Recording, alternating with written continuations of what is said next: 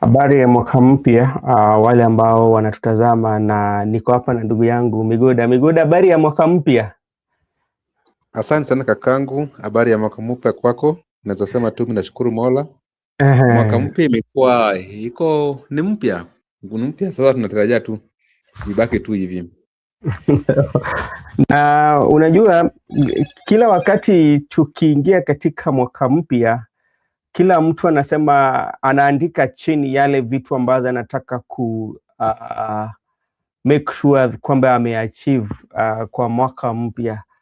Labda wewe kwa kimombo tunasema New Year resolutions, or these are the things that I want to achieve. Labda kuna mahali labda umeandika chini kwamba haya ndio mambo lazima mimi nikamilishe kabla hii miaka haijaisha, ama kabla ndani ya mwaka huu. Ningependa tu kusema watu huandika, lakini kuna zingine ziko achievable, kuna zingine haziko achievable, kuna zile long term, short term. Sasa mimi ningependa kusema tu mimi naachia tu Mola, najua mpango zake na mimi, kwa sababu hata alisema hapo ya kwamba hata kabla nizaliwe alinijua, ananitambua. Sasa mimi hizo plan zangu zote naachia Mola, si lazima ifike mwaka. Lakini hata kama ni kuandika, sidhani kama nishafika kiwango ya kuandika. Maybe kuna wale wako na projects kubwa ambao wanaandika, lakini mimi napenda tu yote tunaachia Mungu. Okay, yote tunauachia Mwenyezi Mungu, kwa sababu anasema kwamba alikujua kabla hata hujazaliwa. So inamaanisha hata uandike, usipoandika, yale Mungu alijua kupitia kwako bado zimo tu pale pale. Yale alikupangia uandike usiandike, utazipata tu. Unajua nilikuwa pia jana, ni mtu ambaye nimependa nikipata jambo, yani nataka kujua kwa zaidi. Kuna jamaa mwingine ambaye anakuwa ni mshauri kulingana na mambo ya fedha hivi, anakushauri, anakuambia mwaka huu tunataka tuweke akiba takriban kama 1,300 hivi, na nakuambia mbinu za kuweka hivyo. Na kuna watu wanakuja na vitu vingi.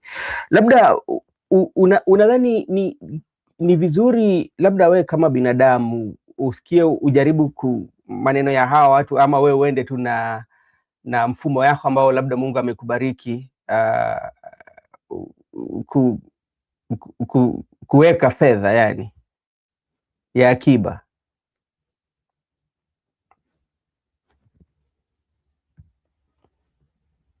Nasema unajua, kwanza unapata kama kila mtu kuna mpango yake. Unajua vile kila mtu ana manage finance yako, unaweza pata shauri kupitia kwa rafiki yako. Lakini pia wewe unajua vile uko na vitu zako. Kwa mfano kama wewe unajua unafaa kuweka bills zako hivi na hivi, wengine unaweza kosa hata hiyo pesa ya kuweka bills zako. Sasa ningependa kusema tu kama unajua uko na bills zako, tafadhali take care of them. Na vile vile kama unaweza pata hata mambo ya savings, vile umesema ulikuwa unashauriwa, ni vizuri. Na mambo na expenditure, mambo na savings is just a personal decision. It depends on how someone want to spend and how someone want to save. Yeah, it is. Let me take this opportunity to greet our good friend Ziami.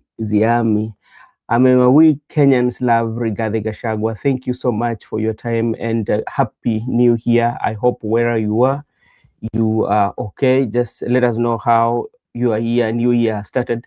You know, what I was saying is that every year we do have, quite a number of us do have what we call the New Year resolution. But you find that these resolutions, some of them are not actualized, or some of them are being actualized. But the bottom line is this: everybody should chart his own path, for your new year.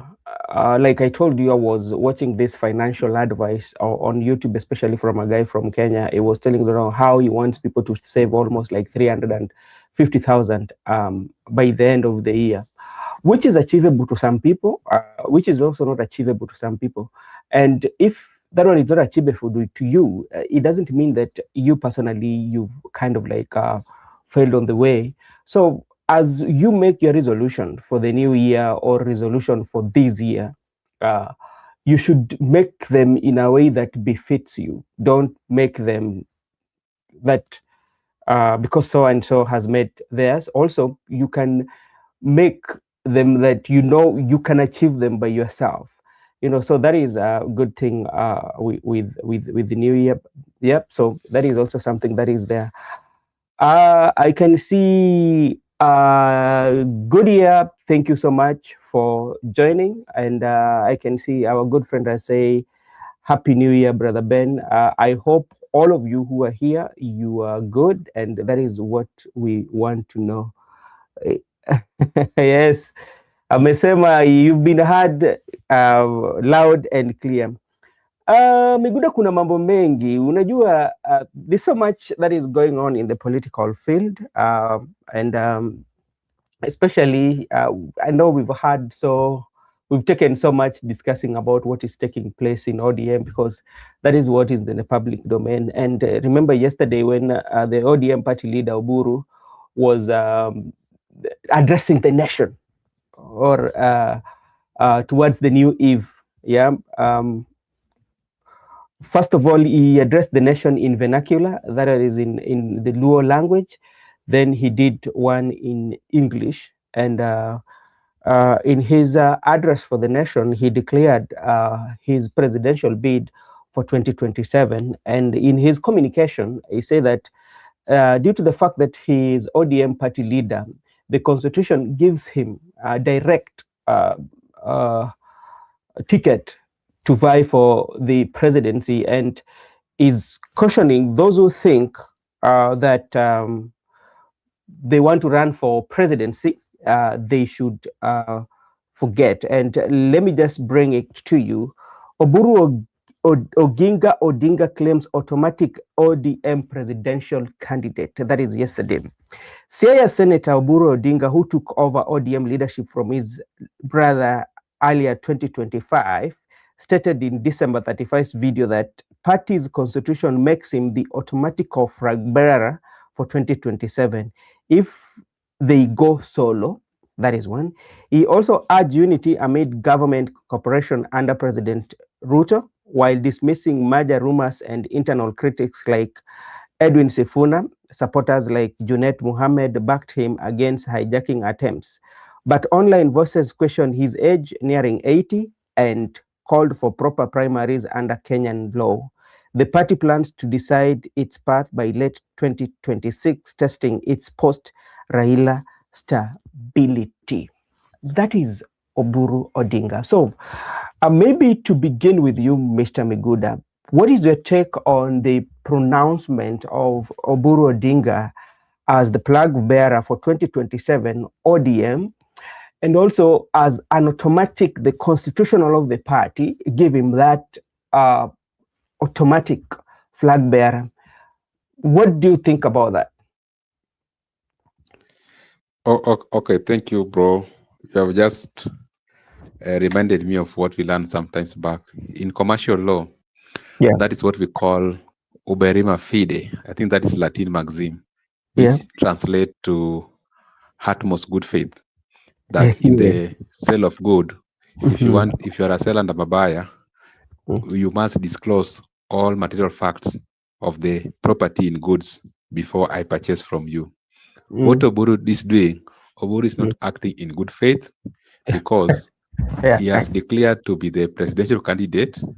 At the same time, he's in close association with the current president, William Ruto, and he's also denying any other member with divergent opinion, and want everybody to stick to his opinion to support the broad-based government, but he doesn't want you to oppose the broad-based government. At the same time, he's running for the presidency. So he's not acting in good faith. He's not acting in utmost good faith. That is in contrary to the stand he's taking. And I want to say that if at all is the preferred presidential candidate, why is it that he has declared by himself? He has endorsed himself. There's no concurrent, there's no consensus consultation by members. At the same time, he's making it on a mainstream or a social media platform, and he wants to be the sole decision maker. So it is no longer an ODM affair. It is now more of a family affair, because he was also referring to the brother, the deceased Raila Odinga.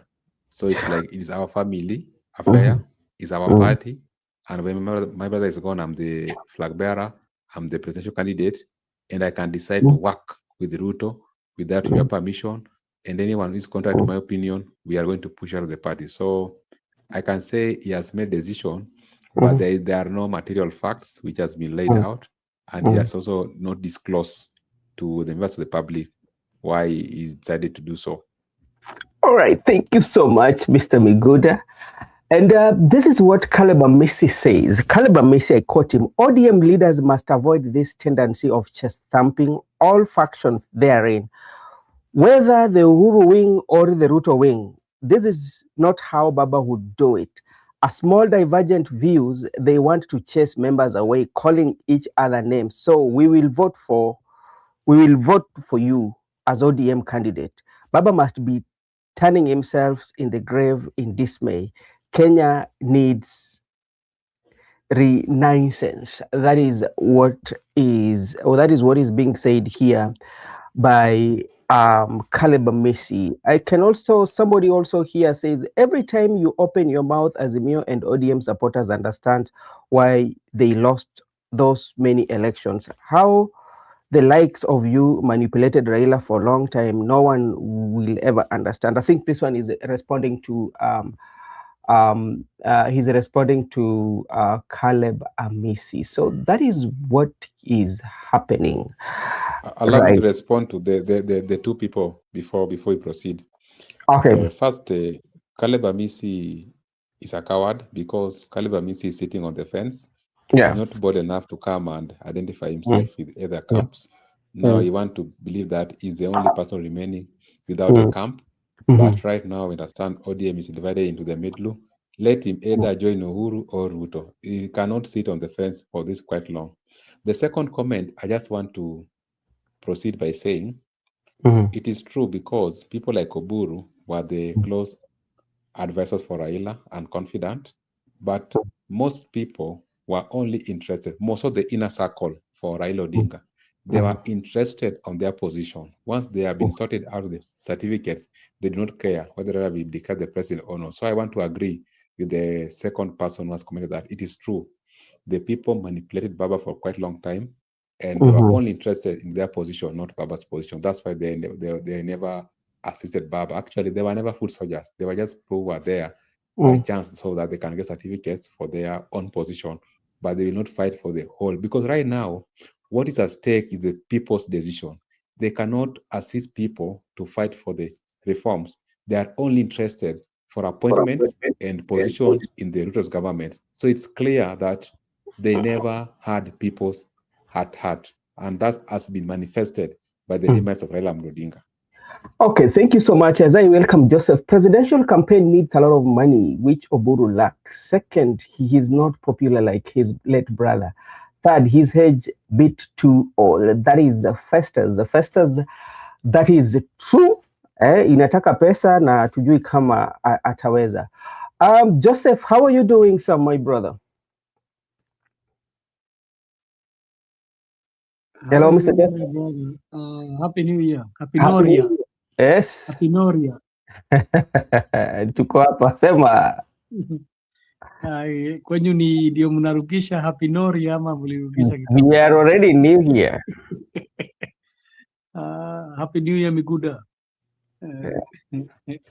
Happy New Year to you, bro. Yeah, so a lot has happened, you know. I have just seen the evening news saying that there is a breaking news that the youth leader has decided to run for the president. Yes, why not? He's a youth leader. He's a Gen Z. Everybody is allowed to run for presidency, even the youth leaders. But the problem is, will they be able to continue with the broad-based government now if they're saying that he's going to run for the presidency? or is it just a decoy for 2027 so that the political tensions can go down in ODM? You know, the political tensions in ODM are very high. And if there is one thing that Sifuna said, is that ODM should field a candidate. And he cannot be able to support any other candidate if ODM is not fielding the candidate. That is what Baba had said. That is according to Sifuna, not my words. So I think maybe it can be a decoy so that he can bring the decorum down. He can be able to bring decorum in ODM and try to bring the voices down, the tone down. You know, the only person who could have brought the high octane politics or the high pressure in ODM was only one person, and nobody else can be able to bring that. They can be able to be the same like that. And we only know Raila Odinga was the one who could have brought the tension in ODM to a cool. So I think it's just a decoy he's using so that he can be able to keep these guys in check, so that if mtu akianza kusema ati at broad base sijui nini, kubona sisi hatutakuwa tukiweka kwa nini, kwa hatuwezi support Ruto, lazima tukuwe na mtu mmoja tuna support kutoka ODM. He's going to tell them, no, why you don't you support the youth leader and he's running for the presidency. So sometimes it is a decoy so that you can be able to quell the situations in ODM. One thing I'm very certain, Oburu cannot have the power to remove Sifuna as the Secretary General. That one is out of his league. Even if he tries, I know he can try, but it will be, I think even within the circles, I think he has asked and he has seek for opinions if he can remove Sifuna, and I think the opinions are not going well with him. So I think they are going now to try and get some, they are going to use these tricks now till 2027. You know, it's only this year. In the only this year, next year we are not even going to be able to even talk about anything. Joseph, it's going to start this year. It's going to start this year. The year we are in 2026, it's already started. But you know, it does not start officially. You know, officially the campaign starts in around August there, one year before the election. But it is going to start here. Politics is going to start on January, this January. But you know, the high octane ones that are also legalized within the constitution framework is starting from August, because they're supposed to be given 1 year for campaigning. But I think these tricks have started very early, and I think we are going to hear what they are going to say. I think it's a trick. Hakuna mambo ya Oburu Odinga kusimama. You cannot be the other day you are saying broad based, then this time you are saying you are going to become the president. But unajua, I know Marco Bura knows the youth leader ni nani, ni mmoja tu. Youth leader ni Mzambo. Okay, Joseph, hold on. I think I'm going to invite you. Marco Bura, how is your new year?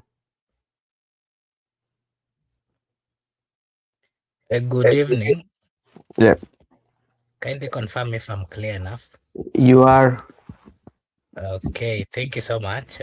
First, I want to take this opportunity to thank God who, through His grace, we managed and we crossed over to 2026. We thank God for all the blessings and everything that He made us, so that He allowed us to partake during the year 2025. And of course, to the team of Brother Benson, 2025 was not easy, but again, we are proud that we managed quite a lot. Remember, in 2025, we lost quite a number of leaders, starting from the Pope, Raila Amolo Odinga, Chirongo, amongst others. But again, as much as it was full of sad news, there's so many graces that we found, or there's so many blessings. Last year, we did something for the first time as a channel that went successful. And those are some of the successes that we made.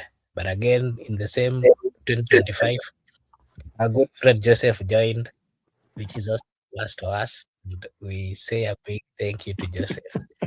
Msimamo also joined in 2025, which is also a blessing to us. And quite a number of us. And we also gained quite a number of good supporters. I can see our good friend Festus and the others. So 2025 was a great year. We thank God. And as we crossed to 2026, I managed to cross it. I attended a church, one Catholic church called the Vincentian Ministries or the Vincentian Retreat Center along Thika Road. And I was surprised that there were more than 100 people in that particular church. And that tells you how people trust and believes in God. And it is a good thing. As much as, people are going through a lot of things, they had the opportunity to cross it over. Majority actually spent their time in church, and that was a good thing. Yeah, above all, we say a big thank you to God. And as we start 2026, we ask His grace and good blessings and mercies and everything that He shower upon us, and we may prosper. All right. Thank you, Marco Bura, for that. Brother Benso, can I say something small? Yeah, saying then I will have to give me good a question following down to you. Then Marco Bura will be the last person to answer that. Just one small thing. I think Goodyear is confusing between Oburu and Obura. And I think even he was saying, I thought even is Marco Bura. Even I was wondering what is happening. Marco Bura has sold his party, so it's confusing, bwana. It's Oburu. Marco Bura ametoka kanisa lakini anataka kuuza chama bana. Ameuza chama na good na happy Noria. Okay, thank you so much for that. I want just to go through what Oburu said, and I will come to Migoda. And this is what Oburu said.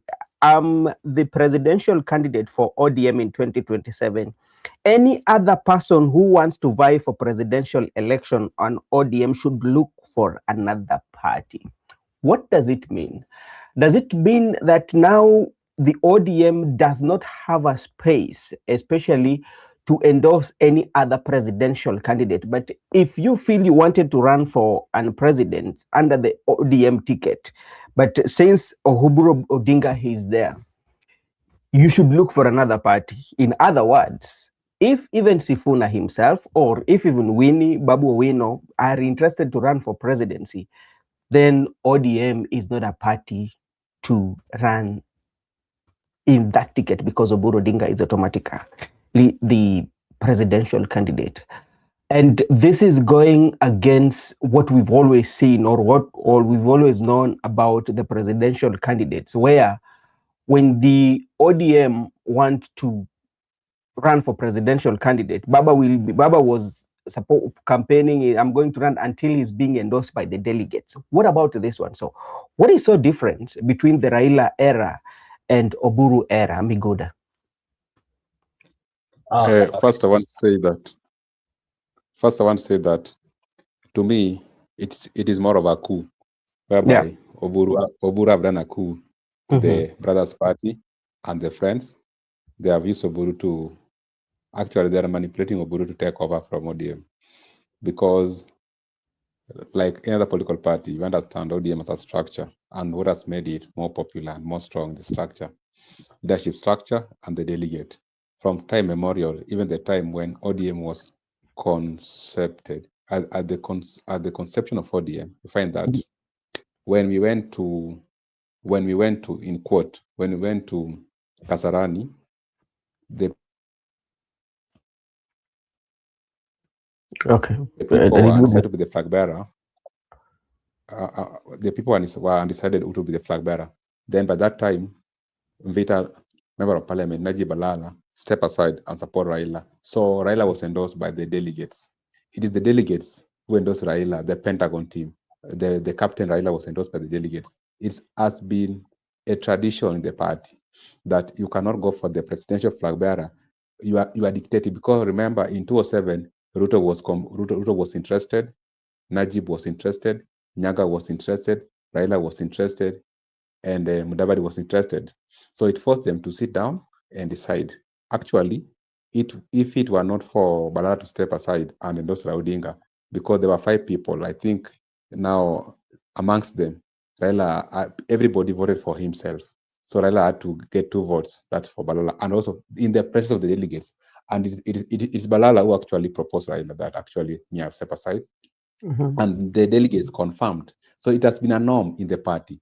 But what I'm trying to say is that right now, Oburu Odinga cannot come to the people and make the decision by himself that is the party leader and final. And anybody want to contest must forget because he is the automatic presidential candidate. That is contrary to the traditions, structures, and the approach of the party. When people are appealing for the NDC to be held in Nairobi, they have rejected. And that's why the Mombasa governor proposed that actually he can host an NDC in Mombasa. Why are these people afraid of the NDC? That's a question we should be asking. And let me tell you, it is proper, even if Oburu want to contest for the presidency, and Oburu has been thumping his chest that his age mate is Trump, which is a lie. Oburu is 82 years, I think 83. Trump is 79 or maybe 80. So Oburu is lying to us. Oburu is not Trump's age. Oburu is a bit older to Trump. And look at factors. Oburu cannot do a rally in 1 week, what you used to do. Oburu cannot move across with the choppers. Synergy. And now my parting shot. Do we wake up in the morning and contest for the presidency because there's an opportunity? Oburu has never had any vision from the time that he wanted to be the president of the Republic of Kenya. Oburu has never had any vision for this country, any agenda, any manifesto.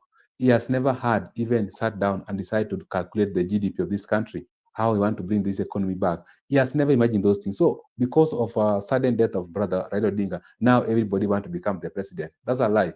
We have people who have invested their time, who have invested their resources, and have done a lot of research, who want to transform this country. So Oburu should stop all these things because of the time. And like I've told you, when we want to go for this, the reason why Raila was referring back to the people, the delegate, is because of the disclosing all material facts to the public, to be open. And that's why when the broad-based government was being signed, they went to KICC, public, whereby there were people. It is always prudent for you to disclose all material facts to the followers. You cannot hide for us certain things, then you want us to support you. That's why we are saying Oburu should not run ODM like a toilet. Oburu should not run ODM like he's running a personal shop whereby he's the sole decision maker. We always go to the people. And even remember when before Raila even before forming coalition, they usually go to the people and request that until our candidate is Raila Odinga. But you cannot wake up one day from your bedroom, then you are coming to the mainstream media telling us that you are the presidential candidate and final. No one should compromise your decision. That is wrong. Why do we call democracy? So to them, democracy is only applicable to them when they speak, but when the other fellows spoke, there's no democracy. So I just want to conclude by saying we don't go for elections because we have the party or the name. We go for elections on a serious issues. We cannot end up with presidents that because my bro has contested, now I'm president. That's why we end up with people like William Ruto. You don't elect somebody because he was the deputy president for the last 10 years. Now he's the presidential material. No, we are getting it wrong. We must look at someone who is well thought out, a presidential material that if presented to the Kenyan people can act on our behalf, even in terms of the international relations, diplomacy, even when he is at the UNGA, United General Assembly, he speaks for the interest of the people of Kenya, because we can't have a president like what we have today. We can't have a president whereby the interest of foreigners supersedes our own interests. We should have a president who advocates for our own interests. Kenya first, Kenyans first, irrespective of whatever circumstances, even when you want foreign aid from the American people. But Kenya must come first. So I think Oburu Odinga should slow down, and he should slow down and let not power confuse him. You know, absolute power corrupts absolutely. And Oburu has for a long time admire, to enjoy those things. But let him cool down and relax, because as things stand right now, we must discuss what is pressing Kenyans first. Let us look at the people. Let us not go ahead of the people, because you can go to be presidential candidate or join William Ruto, but we have not resolved the issues affecting people, be it economical or be it human rights. All right. Thank you so much. As I bring in Joseph, and this issue, I wanted to raise it, but luckily enough, we have very, very good viewers, and in the comment section, they are also raising that. I wanted to bring that one in, but I can bring it in to Joseph too, so maybe Joseph can weigh in. When you look at the article of ODM Constitution, that is Article 6, 2B,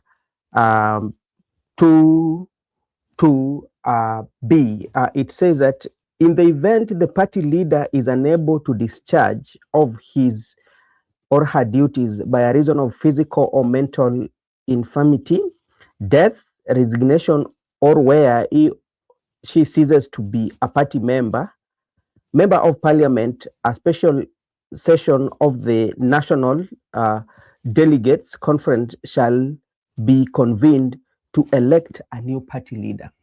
So as we speak today, you know, even the party leadership of Oburu was questioned by one of the ODM Live members, and I think she gave ultimatum. I don't know what has happened with that. And you find now, first of all, his leadership was questioned by the party members on how he was given the party leadership.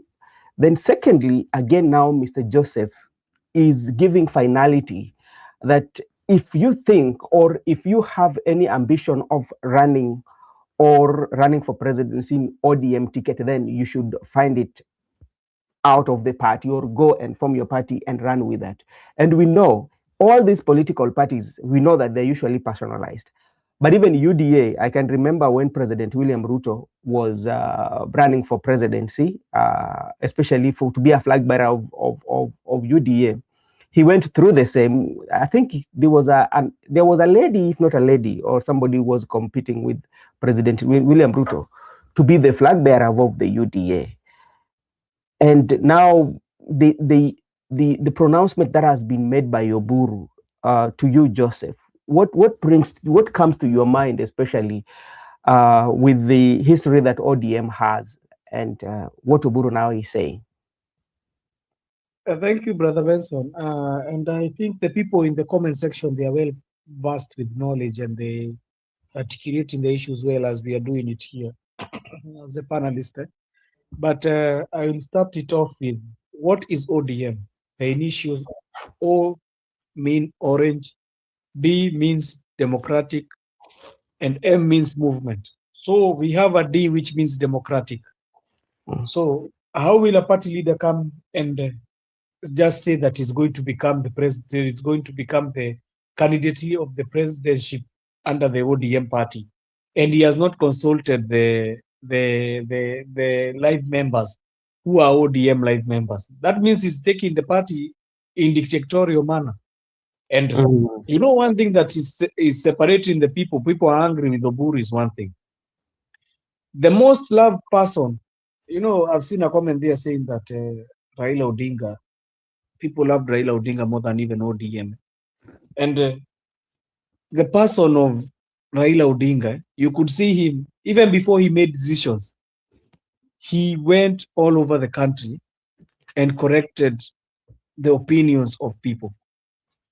And before even he went across the countries and he did all that, he arranged for NDCs so that the people could come and raise those issues and were able to come and say if they want him to be able to be the flag bearer of the party. To top it up on all this, ODM has not have a proper NDC. The one they had in Mombasa, they tried to bullshit and rush it, but that one was not a proper NDC. They're supposed to be having a proper NDC which will be hosted, and all people from all the corners will come who are in support of ODM. And they are supposed to be arranged by the committee that always there is a committee. What do we call it, Brother Benson? the committee that deals with everything, the organizations of the party. There's a name, we name it. And they are supposed to be the ones who are going to be able to arrange this NDC. And these people are going to, and the Secretary General is supposed to call for the meeting of the NDC. And let me remind you, Brother Benson, all these people who are going yapping, left, right, and center, the likes of Akinambadi and it's called who? These are the guy Wandai, and Joho, and it's called who? Oparanya. They are not live members of ODM now. They relinquished their membership status when they became CSs. So when you're calling for that NDC, you're supposed to see the people of the so-called live party members, who most of them have the membership of that party. And that comes to the true question. Can Oburu Odinga really be voted in as a person who is going to be the flag bearer of ODM in 2027? Can that truly happen? Because people look at him as a person who is not even, there is so many people, his personality is not the personality of fire in him. We have had personalities in ODM who are very fiery. And that's why you hear even the polls that are coming. You can hear they're saying that Babu Owino is poised to be the successor of ODM and Raila Odinga. But they cannot say ODM because already Babu Owino is like he already left ODM. But Oburu Odinga cannot come and just say that he's going to be the flag bearer and he has not seek the mandate from the people.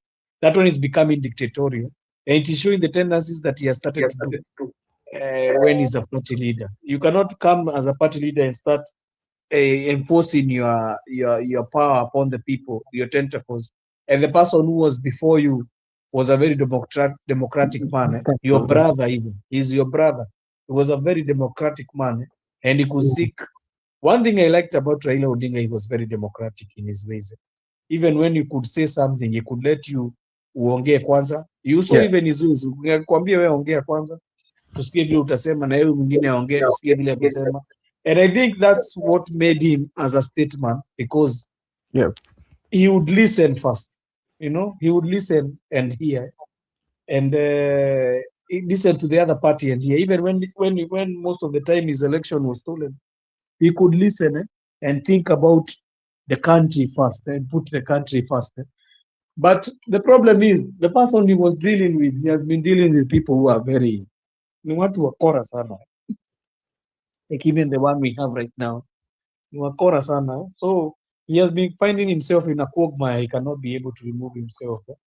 He could not remove himself. So for Oburu Odinga, let him stop dictating where the party will go. The live members of the party are going to tell him if we need you as a flag bearer or not. But I think this is not even too much about Oburu Odinga wanting to run as a president. Even the years themselves, they are zinampeleka as maintain the pressureship of being a president. This is things they cannot maintain. Pressureship ile inakuja na president kwanza wa Kenya. Angalau Amerika huko hakuna pressureship mingi sana, ile ni ile mnapiga tu kule kwa bunge. Oburu Odinga ataweza kuondokea kiatu kama vile Ruto alirushiwa ile kiatu kule Reitwaje Migori. Unaona inaitaka mpaka, unajua the other day I saw the president from a neighboring country anajaribu kujifanya vile yako fit, mpaka anajaribu kupiga mpira huko juu ndio aoneshane vile yako fit, but we can see he's tired. So these are most of the things that even I think the live members like Miguda here, I saw amevaa kofia hataki tuone sura vizuri. He is going to tell us very well about the ODM shit. Because me, I like to leave it to Miguda so much because he's a live member of ODM. If they support it or they don't support it. Okay, all right. Thank you so much, Makobura. Thank you so much also, and I know it is your turn, and also we want to get your view.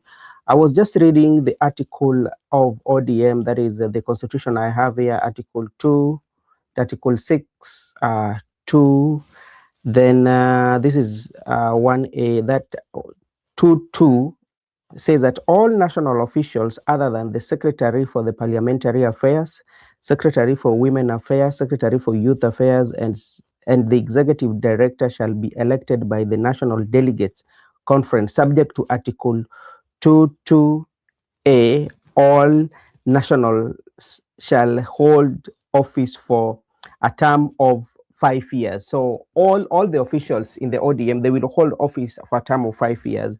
Then what does 2.2A says? The party leader shall remain in office until the next election of nationals officials. So it means, Miguda, you will help us after Makobura.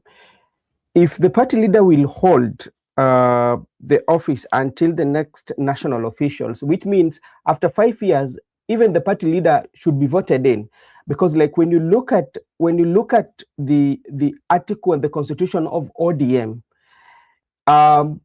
the direct what Oburu is saying as the party leader, I have not seen. Maybe Miguda also you've gone through. If anybody on the comment section also has the constitution, I've not seen where it says that the party leader will automatically be the presidential candidate. It is so silent on that. Maybe Makobura, what is your take on Oburu's presidential bid, and also putting caveat, especially for any ODM member who would want to contest for presidency using the ODM ticket, should go and look for another party, not in ODM. He's now the person who's going to run for that. Unajua saa zingine unaweza pewa majukumu kubwa kubwa mpaka ushindwe vile utafanya. I don't know whether you remember those words. Those words came from the late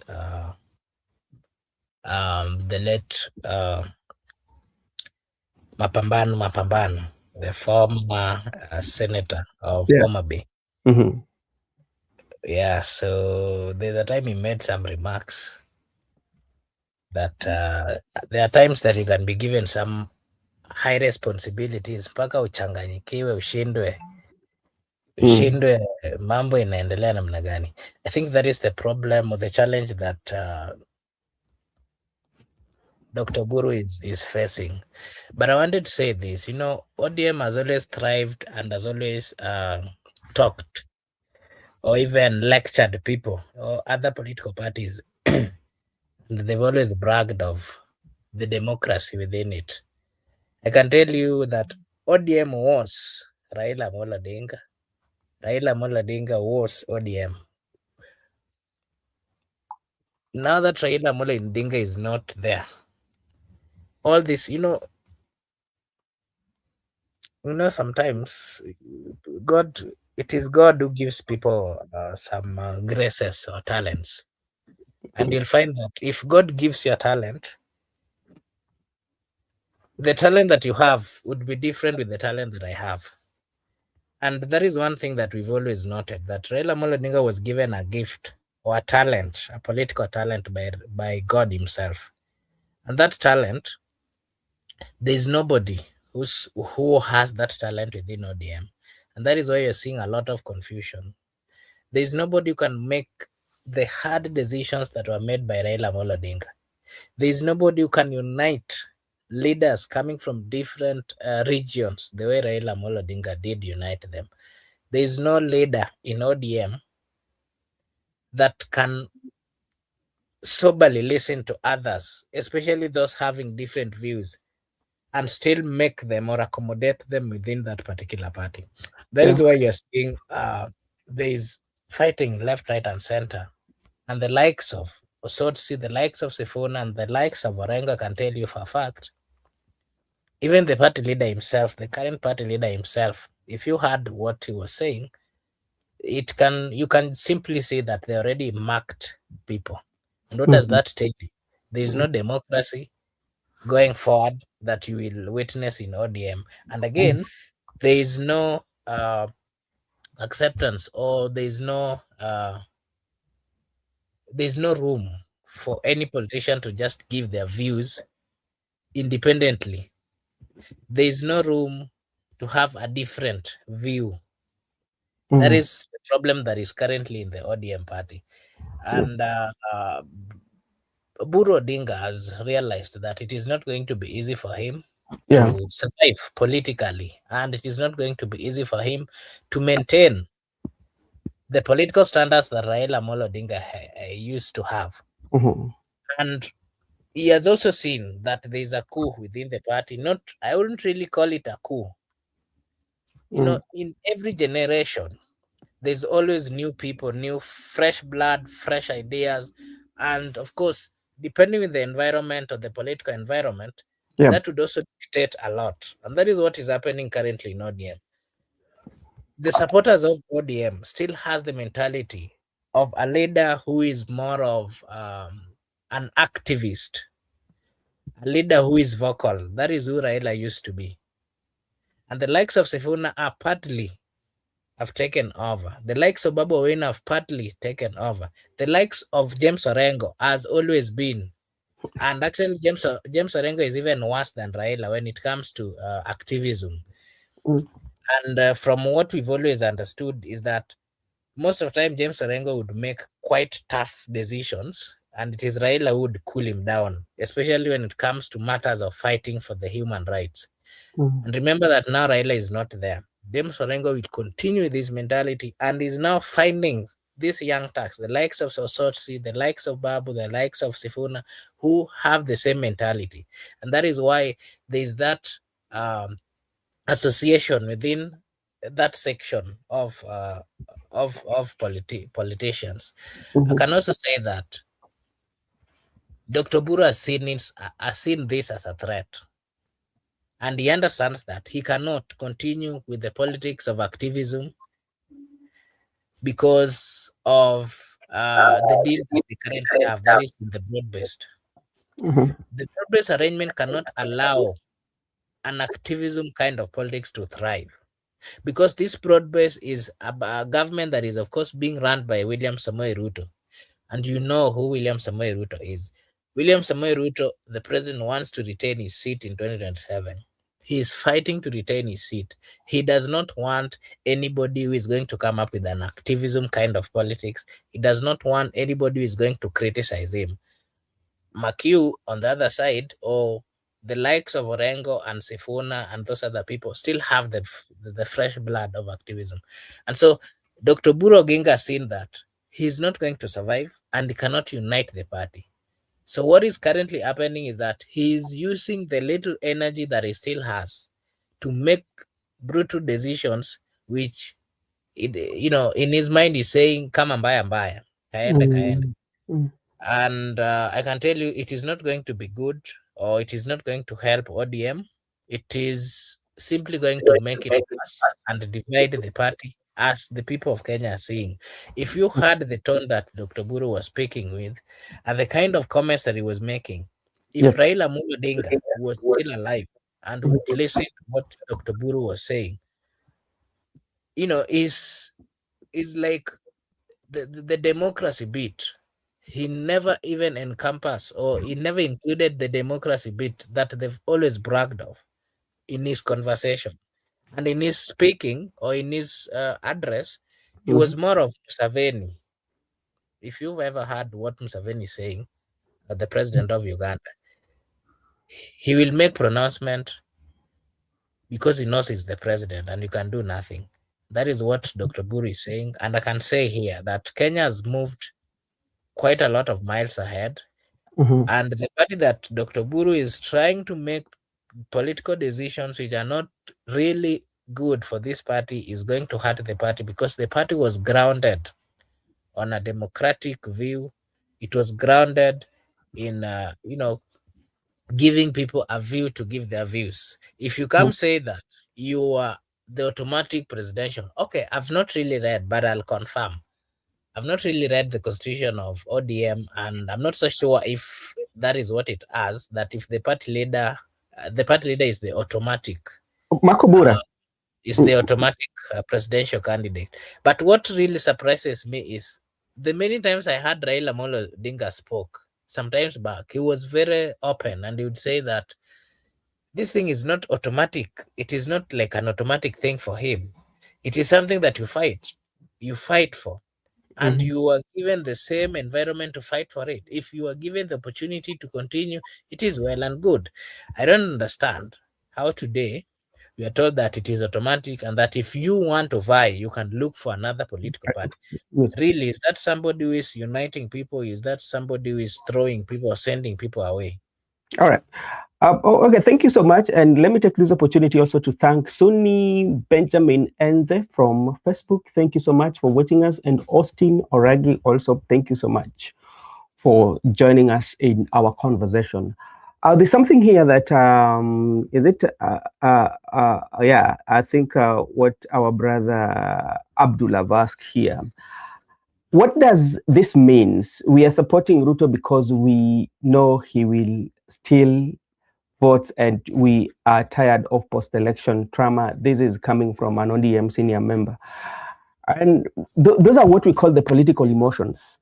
Because, you know, when you are voting, one reason why you vote, to me, you know, you can lose election and knowing very well that you've lost election purely, truthfully, know that I've lost election. And if you lose election fairly, it's okay. But also, if you're voting, you're voting issues. You're not voting the person, or you're not voting about the issue, because you're voting for somebody who you think or you feel, if he's given an opportunity, or if he gets that opportunity, he might change or he might find a way of dealing with the challenges that people are facing. So there are two narratives, especially this one will run in the greater Lake region, especially for the Lake region voters. The name of Rigathi Gachagua will be used as a scarecrow, and the Rigathi Gachagua, it will be the issue of shares. That one will be part of the campaign for 2027, especially for those who are going to support Ruto, among other things. Those one will be, and the issue also that we have been out of government. So you ask yourself, because like if you're saying we've been out of government, or this is the government that has given us what we need as compared to other governments. So there's an ODM, because when you're talking about ODM party, it's a national party with all members, including some of the ODM members are from Central Kenya, Arukambani, all over the world. They have those members there. So if you want to say that we've been in the position, are they all of them? Then now come to, so there's that personal interest and the community interest is at play here. So in ODM, there's a community interest that is being propelled by other political or other factions, whereby we've never been in government, which is not true, because if you look at the history, even before ODM joining, Raymond Omolo, it's quite surprising. Remember how the ODM members, especially from the Luo Nyanza, how you used to deal with Raymond Omolo. Like any funeral that they would attend in the Luo nation, Raymond Omolo would be the subject of discussion. And Raymond Omolo was a Luo who was in the government. And before even they joined the government, Raymond Omolo was in the government. So which means the Luo were in government. So sometimes maybe their explanation on how, when you are in government and who is in the government, if maybe Opio and I and Mbadi are not in government, then the Luo nation is not in government. But when Raymond Omolo is in government, Raymond Omolo, we are not in government. So that is also something. So those are some of the things that we are going to look.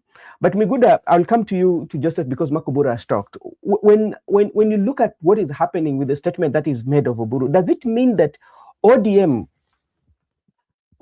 itself, because one of the reasons for forming a political party to capture power, does it mean that ODM have run out of good leaders who can even challenge or who can even vie with that ODM ticket? Does it mean that they've run out of leaders? So that's why Oburu is putting that caveat. No, I'm the preferred one. We don't have any other person in this party who can contest for the ticket for the party. Okay, Bro Benson, thank you for that question. That's a very good question. I'll answer it on my own way. You know, Bro Benson, all of us, a section of us, all of us were soldiers in the army of Baba. The difference was that we have ranks. We had one general, Raila Amolo Odinga. There were lieutenant generals, there were brigadiers, there were corporals, so on and so forth. And we were troops. All of us went to the same recruit school. We were recruited, all of us. So no one should come here to be a better soldier than the others. All of us were soldiers kwa hiyo jeshi la Baba.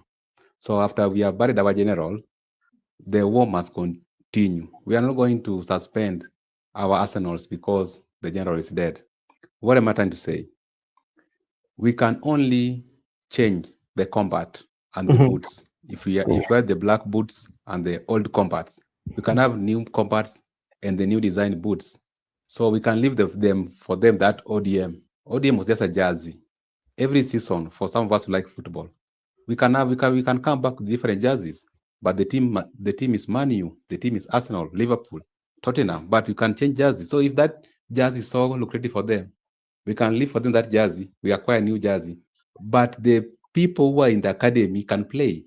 If we cannot suspend the struggle because of some few lieutenant generals in the ranks who have been compromised. And to answer your question, I think I'm answering it if you are keen. And if you are sick and tired of Ruto, or you are saying that you have struggled for a quite long time, now you have suspended, and there is mentality they have managed to create into you that Ruto cannot be defeated.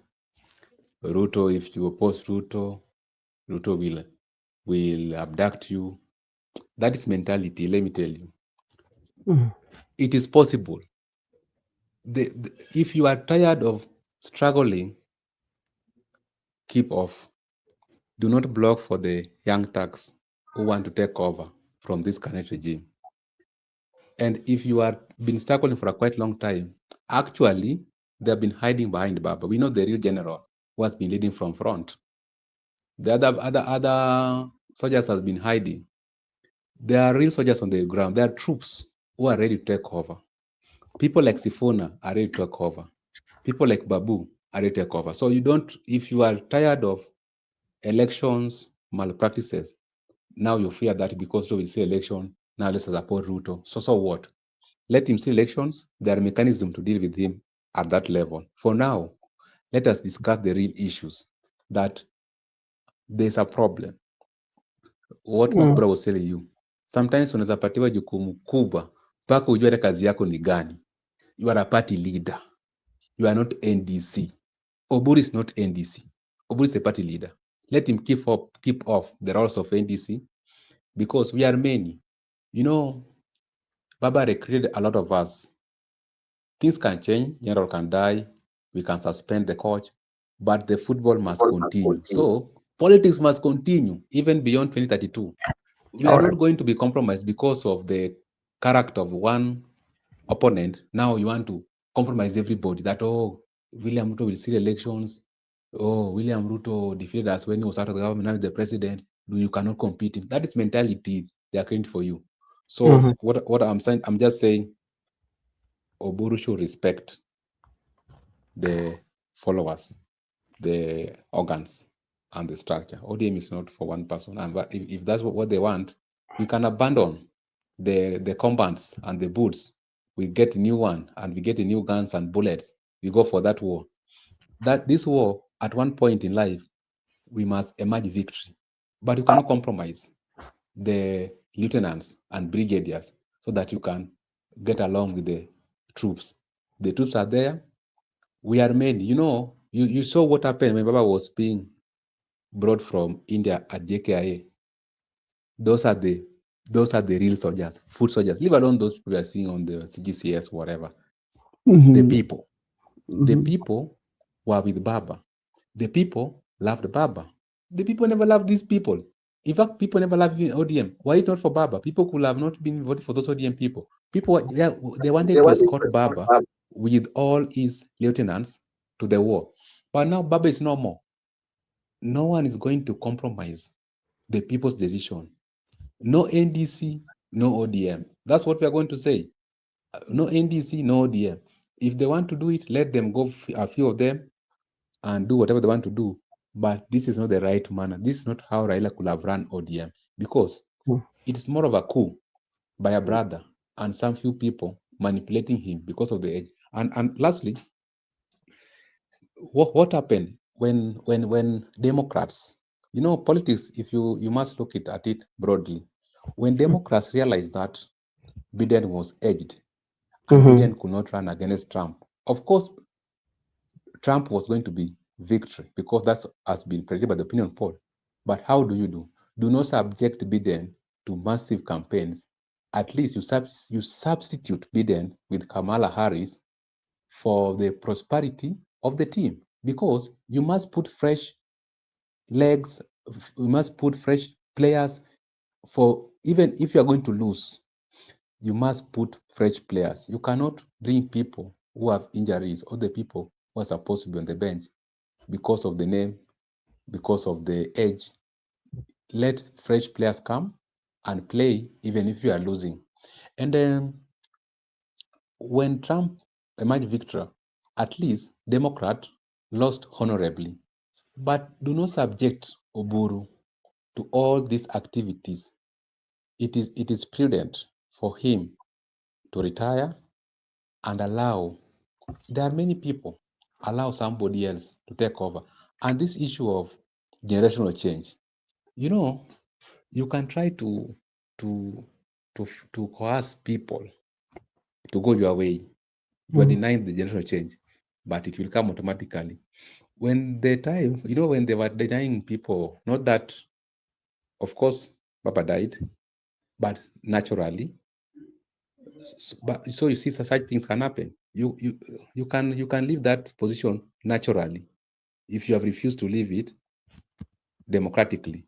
So let us respect the will of the people, because if Papa could be alive today, we could not have these rankles. But these rankles are being spearheaded by selfishness, and some people think that right now, if two of them, and I want to conclude by Orengo's statement. Let me quote Orengo. If I come to your region and rewarded you with 3 years, 4 years, now you are being told you are in government. No, it is only the people who have been rewarded who are in government, but you are not in government. That's why we are saying we are not in government. We want a government which is inclusive for all people. But for this one to continue, we should continue with the struggle. There are many people, if they are tired of, they are saying they are tired of going to street. Me, I've never enjoyed going to street. I've only gone twice. So I want to go to the street more times. So if they have gone for 70 times and they are tired, let them keep off and allow the young people now to go to the street. Back to you. All right. Thank you so much. Makobura is Joseph or Makobura? Joseph.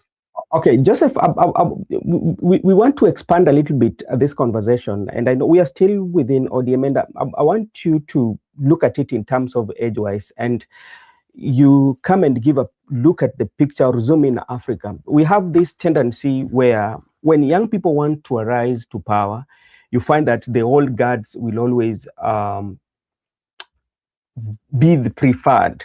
Like now what we have, you look at the age of Oburu Odinga, and you look at ODM, and with the young, vibrant people like Edwin Sifuna, Babu Owino, and Caleb Amisi, majority of them, the young people who can energize the party, but you still find that the age still is a factor whereby Oburu of that age is still in power. Go to Cameroon, you find Biya. Go to very good major countries in Africa, you find like these old people.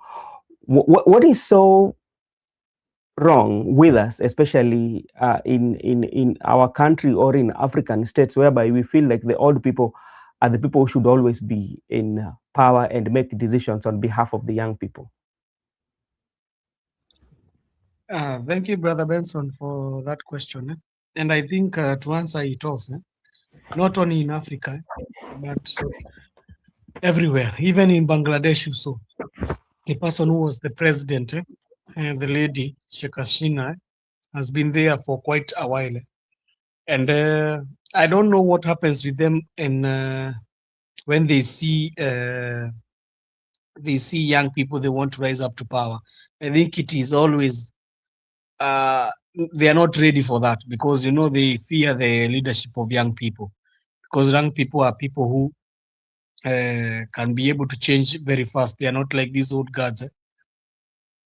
The old guards, they are used to be able to shelter and be able to nini their wealth, wanajaribu kushield their wealth.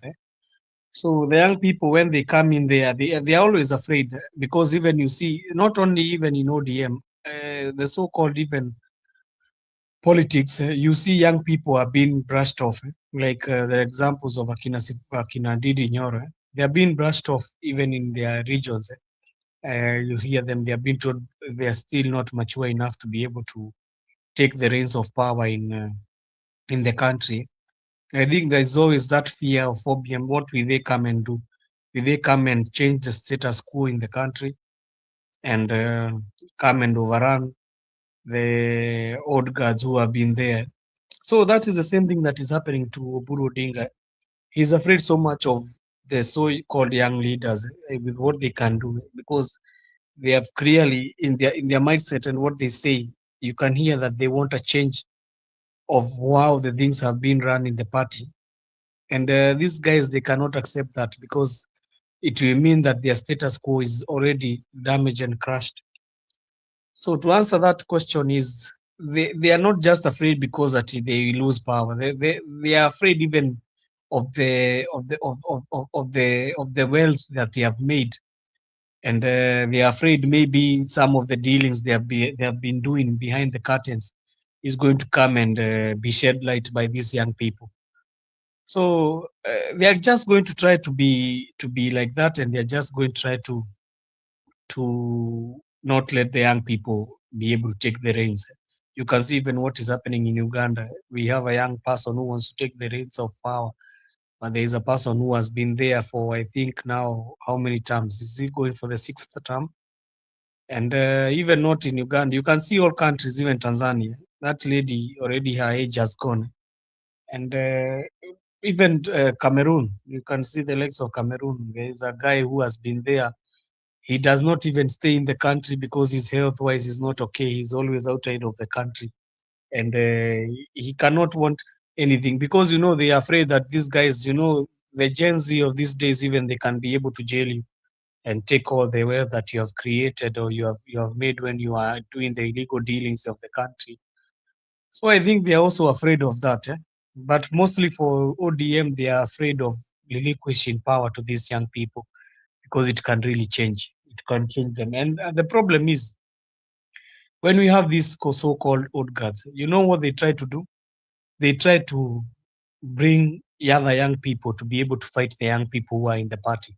You can see the likes of Akina Kasmuel Makaure trying to fight very hard Sifuna. I don't understand why he always fighting Sifuna. And Sifuna is a young leader who is trying to make the reins of himself and try to make a profile for himself. I think what he could be doing, he could be trying to relax a bit and try to see how can I gain from experience from this the so-called young leaders like Akina Sifuna and Babu Wino, so that I can be able to become a good leader. But instead, he's been used to fight the other young leaders who are there. So, Brother Marco Bura, I think that question can never be answered truly, because these guys are just there. They want to safeguard their wealth. That is, I think, that is the only thing, and also power a bit. They want to be in power so that they can be able to be the ones who can be able to say in their regions or something of the sort. So I think that is that. Brother Marco. Okay, thank you so much, and for giving us your take. And maybe today was the first day of the year. Of course, it is fast, and we saw quite a number of religious leaders in different churches, they did comment about the running of the government and the economy. And I saw the Archbishop Sapet, of SEK, slamming the government over the rising cost of living. And of course, he did say that Kenyans are overburdened by high taxation. He also said that corruption continues to weaken our economy. And,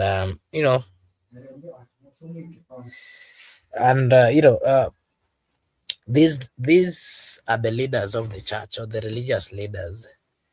Do you think their comments are in line with what is currently happening? And do you think the president will listen to them, especially when they start giving or pointing out these inabilities? We go there.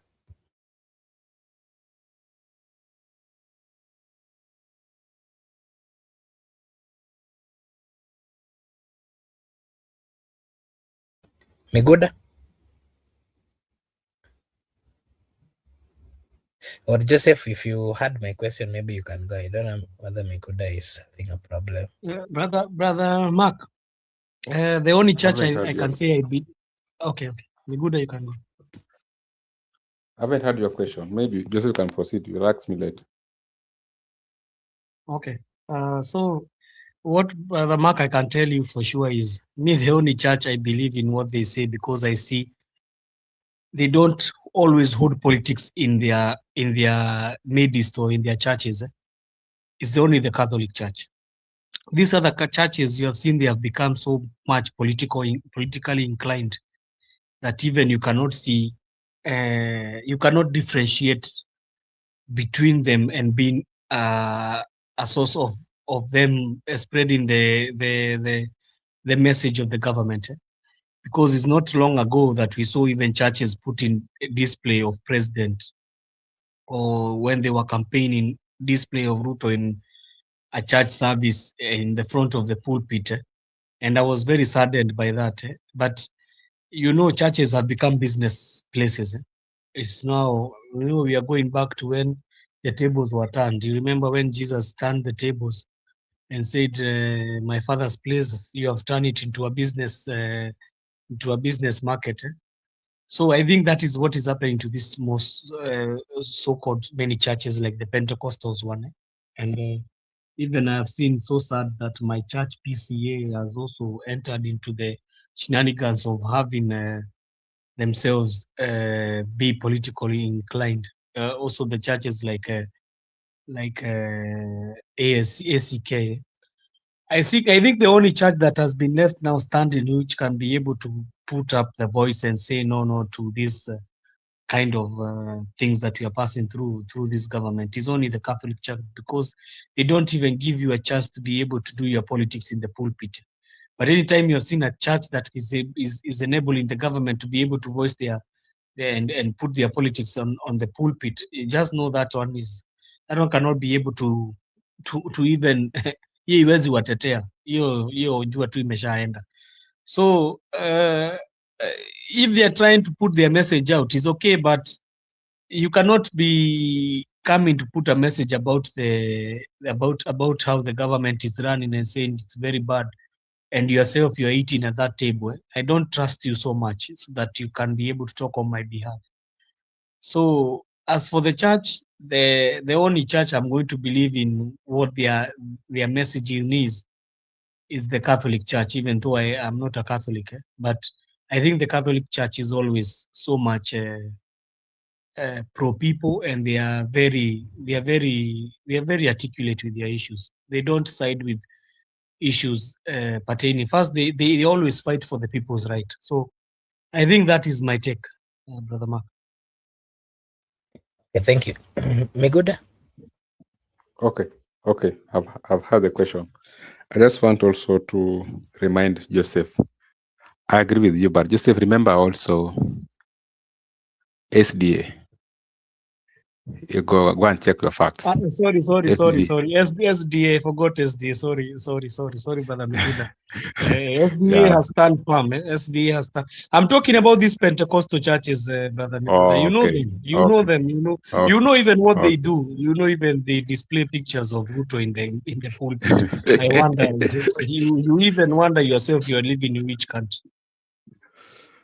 Okay, Makobura, that is Makobura. That is well answered by Joseph. I just want to make the question. We can just proceed to the next question. Okay, thank you. The president was today in Buhungu, that is in Kakamega, and amekemea sana upinzani na amekashifu Kalonzo akisema hajasaidia Ukambani na chochote, na vilevile anasema hata barabara ya kwenda kwao haina lami. Tena anasema upinzani hauna sera na hawawezi kumshinda 2027. Anasema matusi anayorushiwa na upinzani hayatamtisha. That was his message today on 1st of 2026. Joseph, president ameanza tarehe 1 na siasa na anasema watu hawatamtisha. Tumeanza kupewa dose mapema. So what truly transpired today, you know, Ruto always says that he's in work, he's working, but it's always politics, Brother Marco Bura. It is always politics. This is politics in the road. You know, we are used to him saying that he's coming to launch things, but it's just a political game. But the problem is, so when you say that Kalonzo has never built a road going to his backyard, I get a bit confused, because Kalonzo was just a vice president of this country, and he has been in political spaces for quite long. But I have never seen Kalonzo being a president of this country. If you want to talk about Kalonzo has not built, you need to have him as the president. And you know, it's very confusing, because even for Kalonzo not to build, also I also want to put him in a frying pan, because he has been an MP. I think he could have been able to utilize. But you know, when you are MP, you are not vast with the kind of resources that the president have. But William Ruto cannot just come and claim that Kalonzo has not built a road to his home. And when we can see even videos being taken by one called, I like this guy who is called Professor. He always take videos of Bomet County. And if you see even the conditions of the road in Bomet County, you will get even so much shocked that even somebody can come and be able to talk about how Kalonzo has not built the roads. But you know, this is politics. And I think msimamo wekuwa hapa angesema tu kwa kiwahenga, mti usiokuwa na matunda warushiwa mawe. Lakini sasa ukiona mti ambao uko na matunda, kuna siku kaka Sungura alitembea akaona zabibu tamu sana pale kwa mti, akajaribu vile vyote angepata ila mazabibu, lakini alishindwa. So alianza kutusi mti. I think that is the same thing that our kaka Sungura is doing today. I think ameona there is something which, and Ruto does not come to you if there is nothing, if you are not of any substance. That's why you always see he's in distance quarrel with Uhuru Kenyatta all the time, because he knows that guy he can be able to make some moves. So I know he's also trying to talk about Kalonzo, because he knows Kalonzo can make some certain moves that can truly injure him. But this is politics. But you know, today I saw Uhuru Kenyatta, yesterday with Kalonzo Musyoka. So I think also Kalonzo anajipata kwa ile unajua kuna semagwa mtu kukirushwa kama kanini hapo, utapata hata wale wako karibu hata wao wataumia kidogo. So I think he's just been slated for the shooting because his accompaniment with Uhuru Kenyatta and his name. I think that's that is for Kalonzo Musyoka. But saying that he has not built the road, that one does not give any justification of you, because you are the president of Kenya. You should build that road. You are the president right now. Build it. Even if you did not build it so that you can be able to come and campaign with it. But you coming and saying that hawana sera, hawezi fanya nini. I think sometimes I watch Kalonzo saying about how he can be able to redeem the country's economy.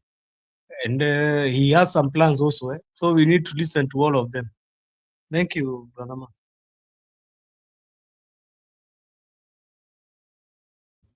Okay. Allow me to welcome our good friend Simba Netaya. Simba, karibu. Habari ya leo, umeshindaje? Wewe kama mwana ODM, kuna mambo magumu hapa kwenyu, na party leader wenyu amesema anaenda kuwania kiti cha urais. Wewe kama mwanachama wa ODM unasemaje, Simba?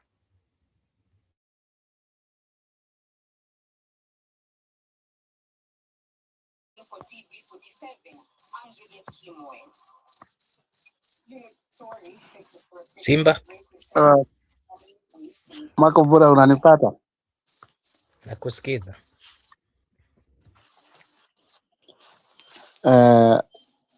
Unajua hiyo ni strategy, that's one. And obviously unajua msimamo wake, tuko kwa broad based. Next government itakuwa coalition government, and I think that's why he said clearly kwamba for now, kulingana na katiba ya chama, yeye akiwa ndiye party leader ndiye automatic candidate. I think there is nothing like inaonekana ni convincing. He just said it is straight. People who are wasting their time, they have to stop.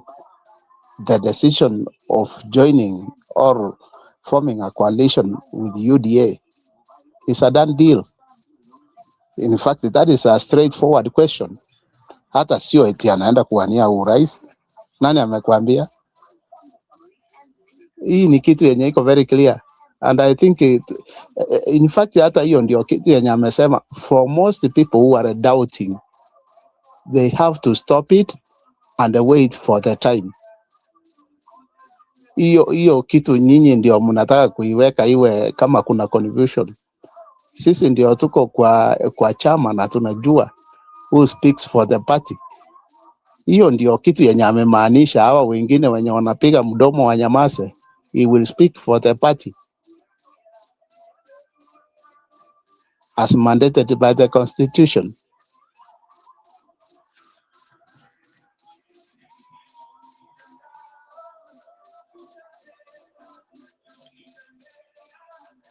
Ni hivyo Marco Bora, nimefikia hapo.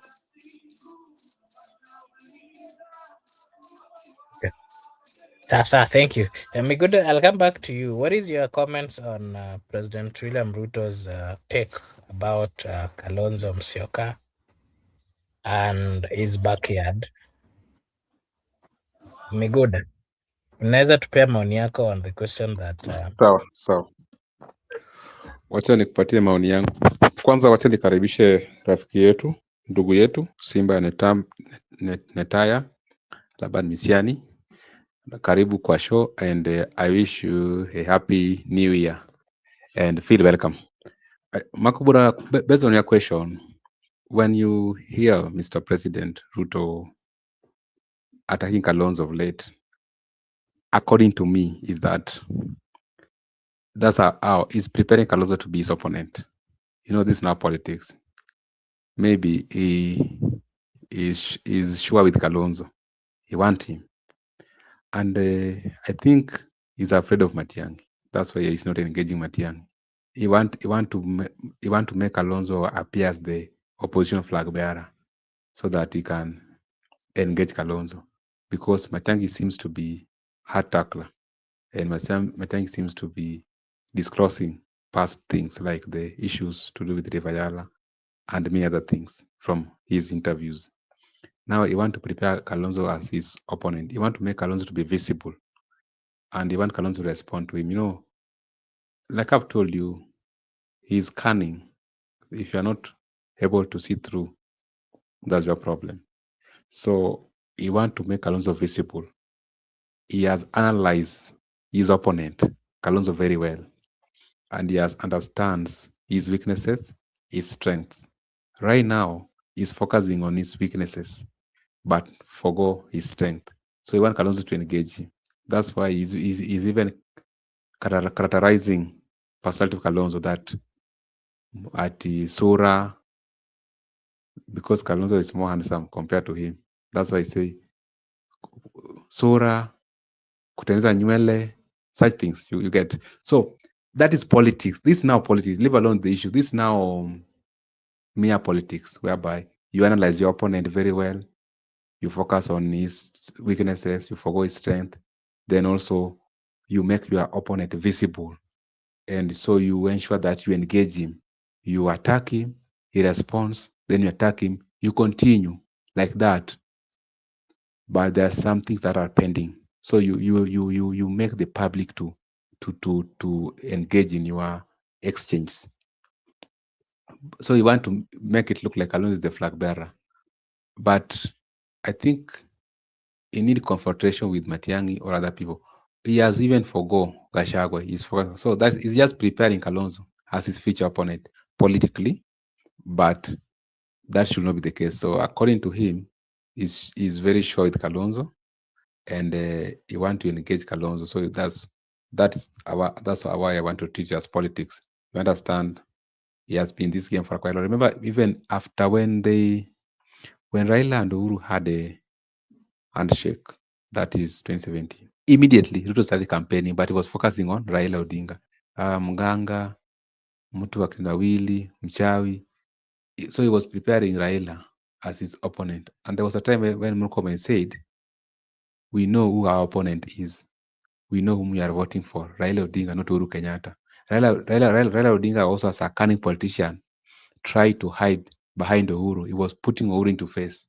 That's why you saw the young politicians like Nyoro and the newcomers like Gachagua were attacking Uhuru Kenyatta. People like Keshungwa, they were not knowing that the opponent was Raila Odinga. So Raila Odinga tried to put Uhuru into the picture for the Mount Kenya people so that he can appear to the Mount Kenya people as someone who is not against them. So right now, Ruto is trying to make it look like he's only focusing on his opponent. He doesn't care about other people. I think that is politics. And let me respond this issue of Kashmir, because I saw our good people like Goody have brought it here. I just want to tell you that cool down. Kashmir is a passing cloud. You know, Kashmir is my friend. I know him. I know we know each other, so I know his limits. Whatever he's doing is just trying to manipulate the millennials and the older people. The guy is not what you are seeing on the mainstream media. The guy can be cornered. We can corner him until he surrenders. So relax. Let the young man thrive at his capacity. We just a passing cloud. That time will come. He will be gone. Don't worry about him.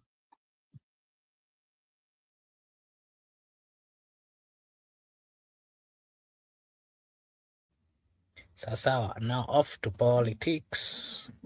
We are starting a new year, maybe a reflection of 2025, 2026. Yosefu,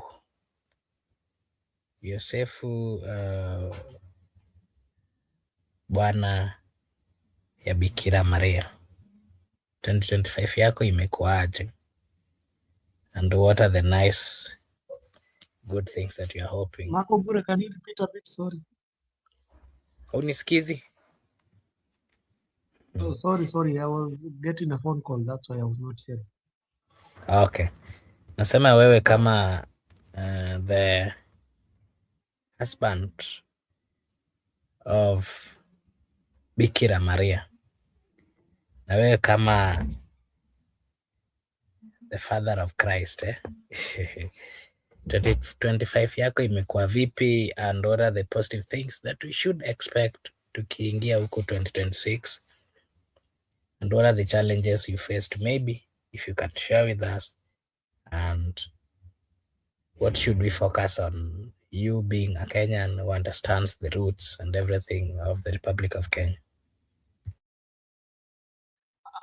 I started off as Simba Natea anajuaga nikuja comment anapotea. He always knows that I'll come and give a dose. Naweza mpatia dose. Anakomentiki kama amepotea. So mimi kama baba ya Yesu na bibi na bwana ya bibi wa Bikira Maria, unajua ni kama walinigeuzia Bwana Mungu alikuwa hata kunigeuzia, akaniambia bibi yako lazima atapata kamutu.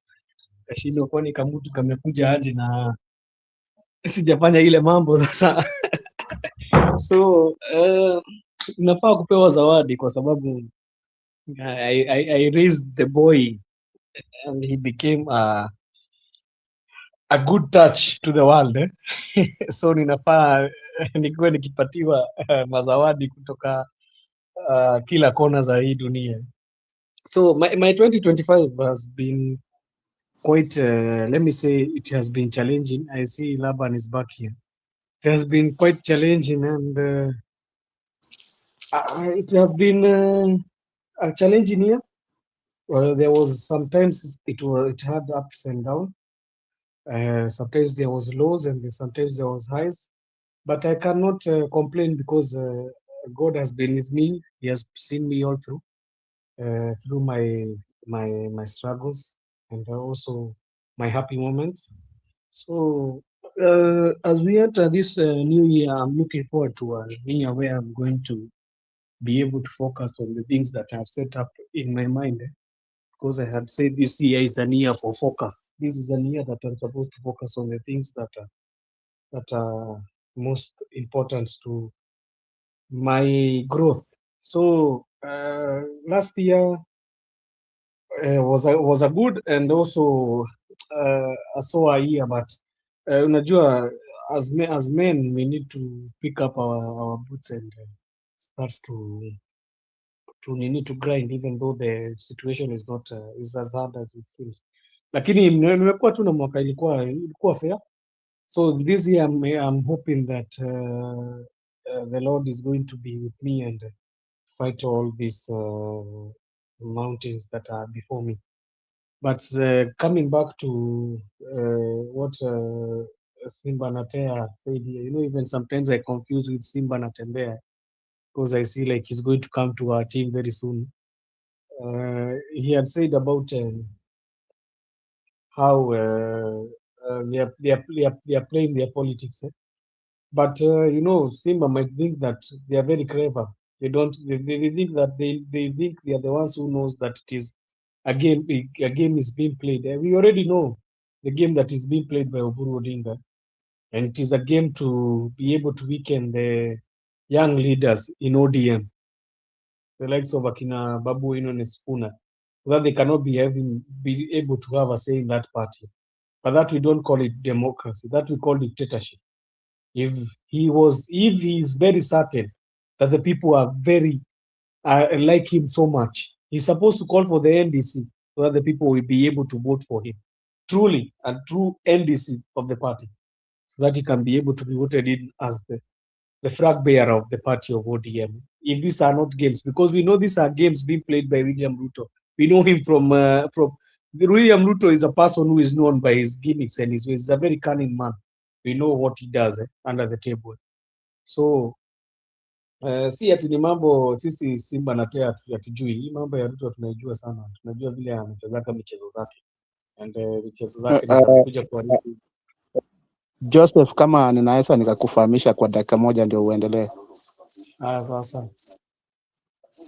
Sasa unajua ukiongelea juu ya dictator and the young leaders in ODM na tuko na democratic space, why can't you take these young leaders and you leave the old ones? What are you talking about? Where will I take them? Me, I don't have somewhere to take them. Me, I can only support them.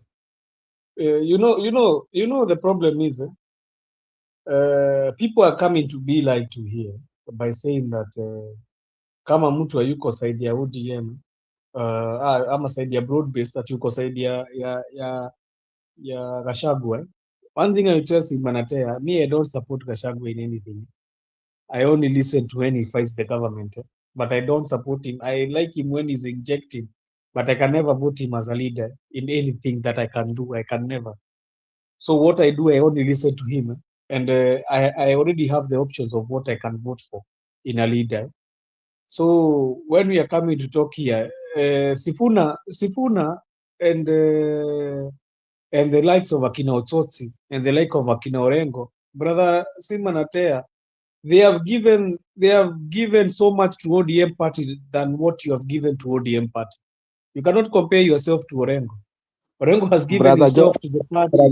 Brother Joseph, in Yes. politics, watu hufanya politics for development, not kufanya siasa ya kujinasa katika umaskini. And Ruto has categorically said he's building two economic corridors between Nyanza and the Western. So mambo ya opposition hapo inasaidia nini? Ososi na Sifuna watasaidia nini hizo community zote? So unajua hii siasa wacha tuifanye when it's convenient, and when it's not convenient lazima uangalie ni nini unafanya. For now we are in broad based to stay until 2032, and by the way, me hata issue ya Gachagua sijaiongea, and I don't know why do you want to put it into my mouth? Gachagua is an impeached ex-vice president. So what I was saying, Simanate, you know, William Ruto is a very caring man, and I've come here and I've told him. What you are being told by him right now, si vitu watu wa Mount Kenya hawakuambiliwa. Ama mnadhania nyinyi ndio wa kwanza kuambiliwa hizi vitu? Alikuja akatuambilia vitu zingine noma huko. The things that I think they were told in Mount Kenya, even I don't know how many of them have been completed, because the things that he said there was a lot. He had even said there is an economic zone which will be able to target even the northeast using the Mount Kenya region. So when you come to tell us about Ruto and how he's going to, you know, me, I can never believe in a person who can even lie to young mothers. He lied to young mothers that when they are going to give birth, he's going to give them diapers. And he lied to us that he's going to give us mtungi sijui ya gas itashukishwa kutoka. If you cannot do the basic things, how will you do it with special economic zones? The smallest things, the ones which are very easy, like you being able to program out the mothers can be given diapers. You cannot handle that. How will you be able to handle a full economic zone as a president? You're telling us, unajua kitu ni very funny. Ruto anapenda kushift the goalpost sana. He came with bottom up. You know, that was an economic model. Where has that economic model taken us? Because I still see the trickle down economy in his government. This is not a bottom up economy. It's trickle down. And you know, as trickle down, we say the money comes from up there. It trickles down to the mwananchi, which does not reach the mwananchi. He said that this money will be going from down, coming up. Is the money still coming from up there? Just check if that one is working. Now he has shifted the goalpost. He started to say that we are going to Singapore. You have not even fixed the economy, which you are saying bottom up. You have shifted the goalpost. So can I trust somebody of that sort, truly? If such guy even can be able to come and lie to us in broad daylight and tell us about funny things, like I don't know what atabidi wakichanga watu watakuwa wakiweza kulima, watakuwa wanapeana matrakta kila pahali. I can never believe somebody like that. So when you are believing that it's going to bring special economic zones, it's okay for you, but these things have been given to people everywhere. The promises, even today he made another promise that he's going to, I don't know, finish another stadium there, then he's going to build another road there. These promises, even they are too much. Even I think himself, he finds himself confused. So if you are sincere with yourself, you are not in broad base because there is development which is going to be done. You're in broad-based because there is an agenda you want to pass through. So it's better you keep the agenda very clean. Ruto and the development and come and tell us about development. Those sentences cannot fit in one. Marco Bura.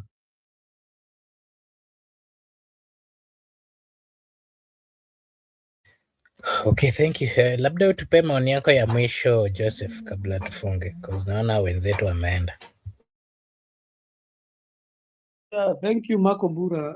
I think the only thing that I can tell the listeners who are listening to us, the only thing that somebody knows is what pains you in your pocket and what pains you back at home. You know, kile kitu kinakuumiza kwa mfuko. Kama uko na pesa, unajua uko na pesa. Kama hiyo serikali imekufanya ukapata kitu kuweka kwa mfuko 2025, you can clearly say na 2025 nilipata nikapata kitu nikarusha kwa mfuko. I made my developments, not about developments of road.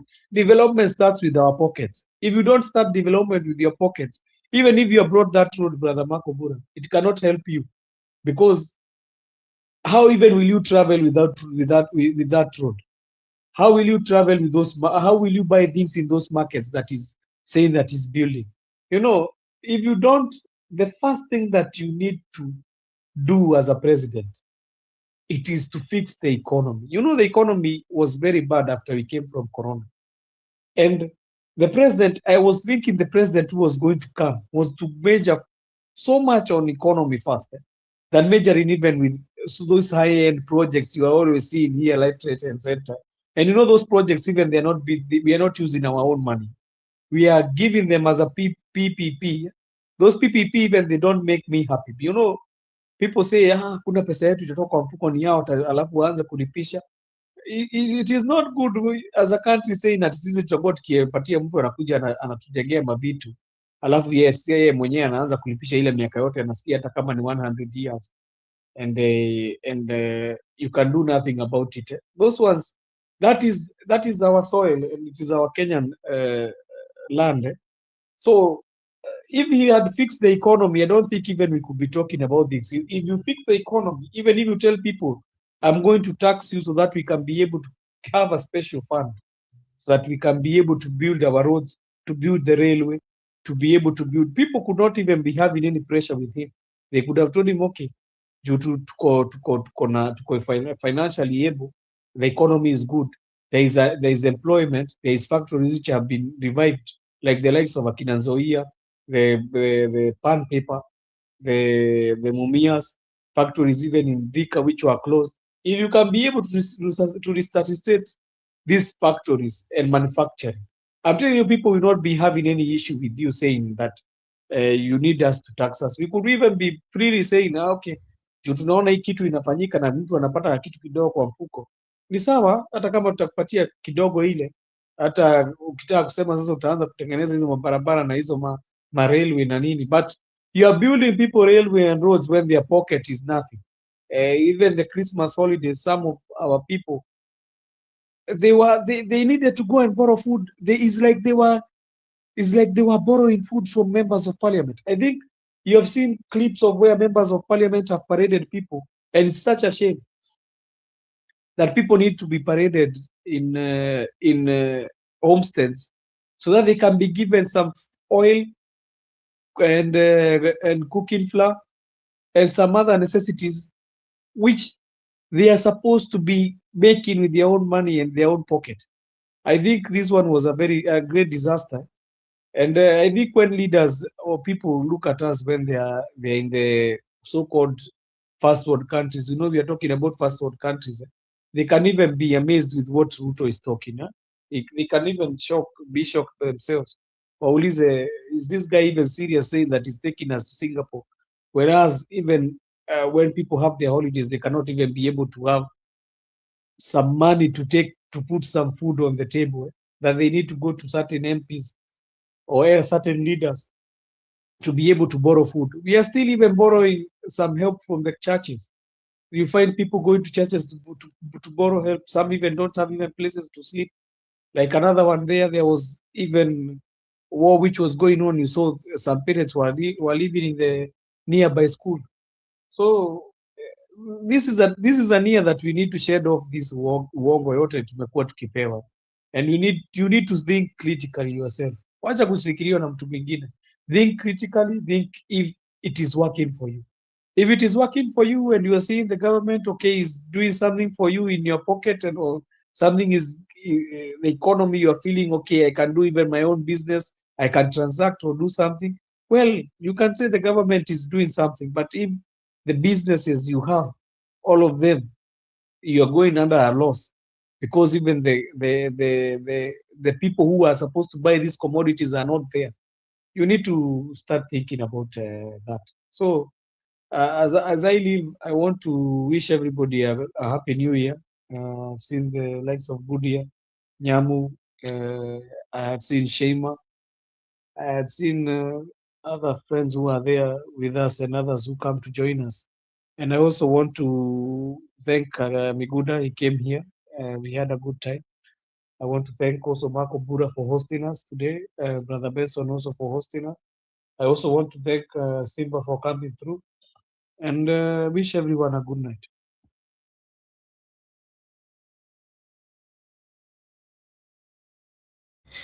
Okay, thank you so much, and I think you acknowledged everyone. I also want to take this opportunity to say a big thank you as we start this year 2026.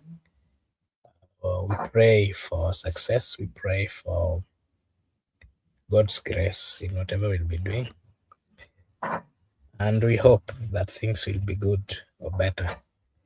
But above all, let us always keep safe and do what is right.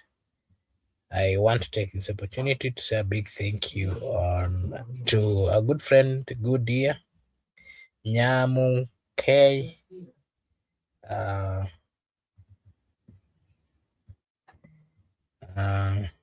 Laban Misiani, thank you so much. Judith, Abdul, also Shaima, thank you so much. Ziomi, thank you so much. Judith as well, thank you so much. And Asili TV and everyone who joined us, we really appreciate. Thank you so much for finding time to join us. We don't take it for granted. Buddha, can I say something? I've seen Yes, please. Budia saying we watch LFC. I think LFC is is struggling also, undergoing painful torture under Leeds today. So we'll continue monitoring the situation. I think it needs resuscitation. I think they are the next to take their coach off. You know, I saw Maresca today said goodbye to Chelsea.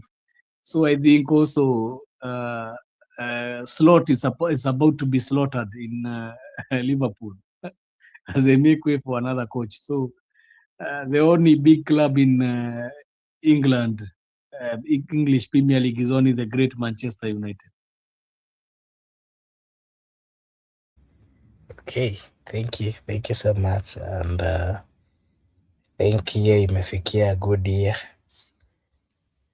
Yeah, so we appreciate everyone, and we hope that you'll continue supporting us over this year that we are starting. But above all, I want to take this opportunity to say a big thank you to everyone, and not forgetting those who liked or were watching at the Facebook. Felix Okello, Jasco, Masco, Florence, Dan Machacha, Rehema, Dennis, Austin, Sunny, Benjamin, and everyone. Thank you so much for finding time to be with us. We really appreciate. And we appreciate. Joseph Goodyear is saying, don't start a war that you can't fight. Yeah, that you can't finish. Maybe umalize tu, mwambie kitu before we close. Anajua ni banta, tunakuanga na banta na yeye, anajua Manchester United the great na Liverpool, they have always been great rivals of before. You know, they always say you never walk alone, but today I'm seeing they are walking alone. So I think this is just football banter.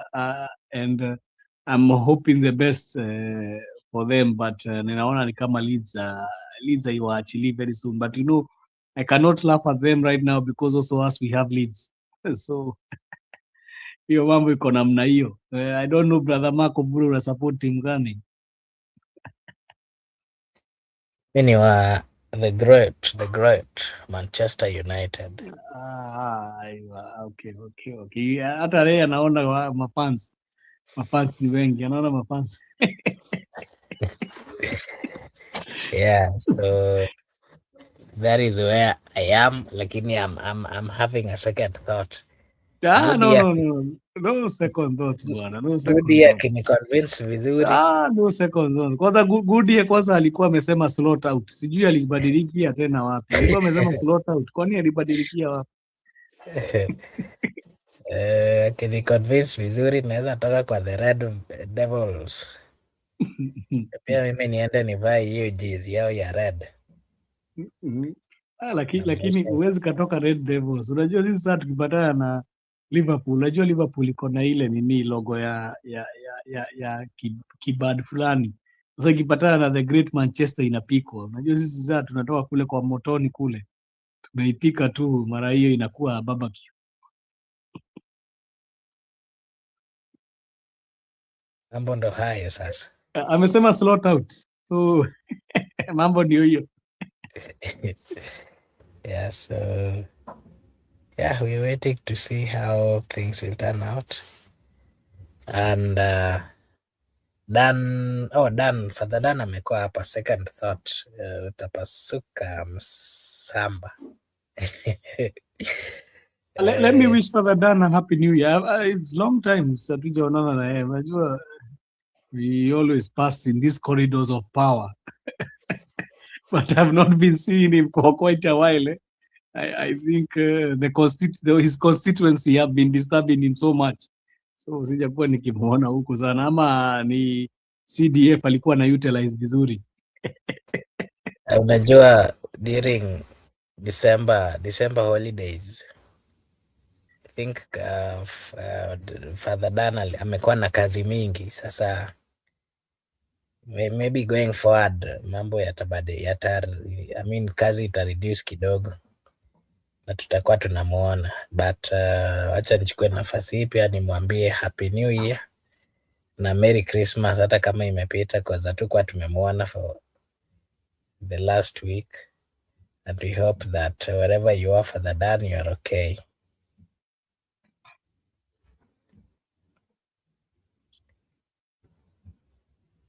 Yeah, Marco so Bura, are you okay? How you leo ulikula kakitu first year? Unajua first leo nasikia ni sikukuu. Me have been busy, I've been working. Mama mlikula kakuku, mlishinda kakuku. Nilishinda kesha, tulikuwa na Father Dan kwa kanisa ingine huku chini inaitwa Vincentian. But I've seen nowadays Kenyans are going to church on 31st.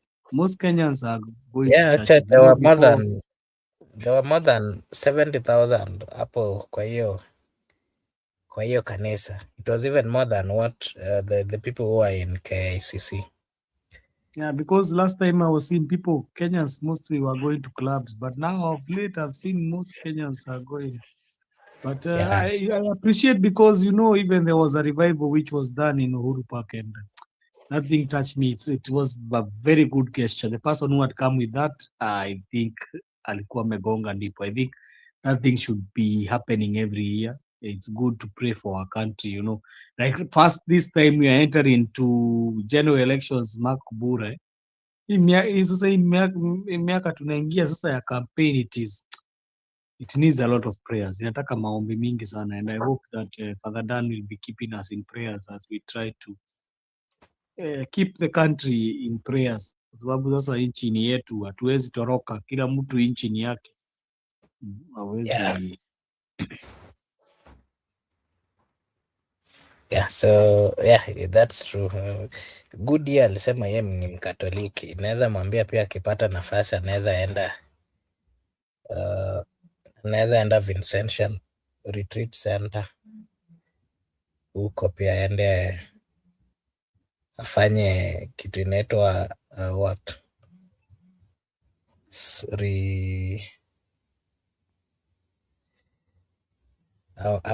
ajiongeze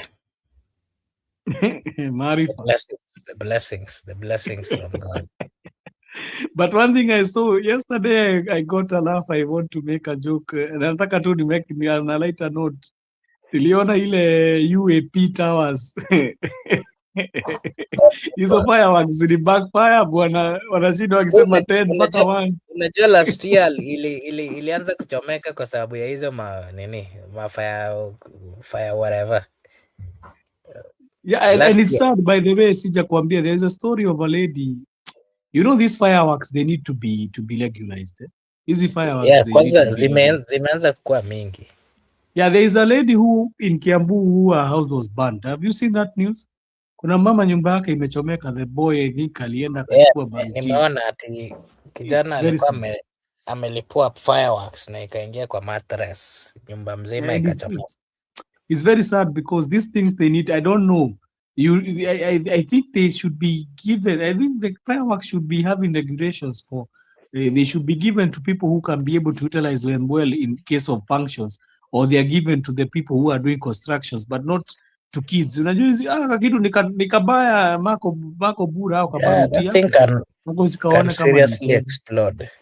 Yeah, and I think the people who are mandated to regulate this ones, but you know, in our country, brother, these things are not regulated the way they seem. Even hata zikiona watu wameziregulate bado utapata zinauzwa tu. So I think it is very risky.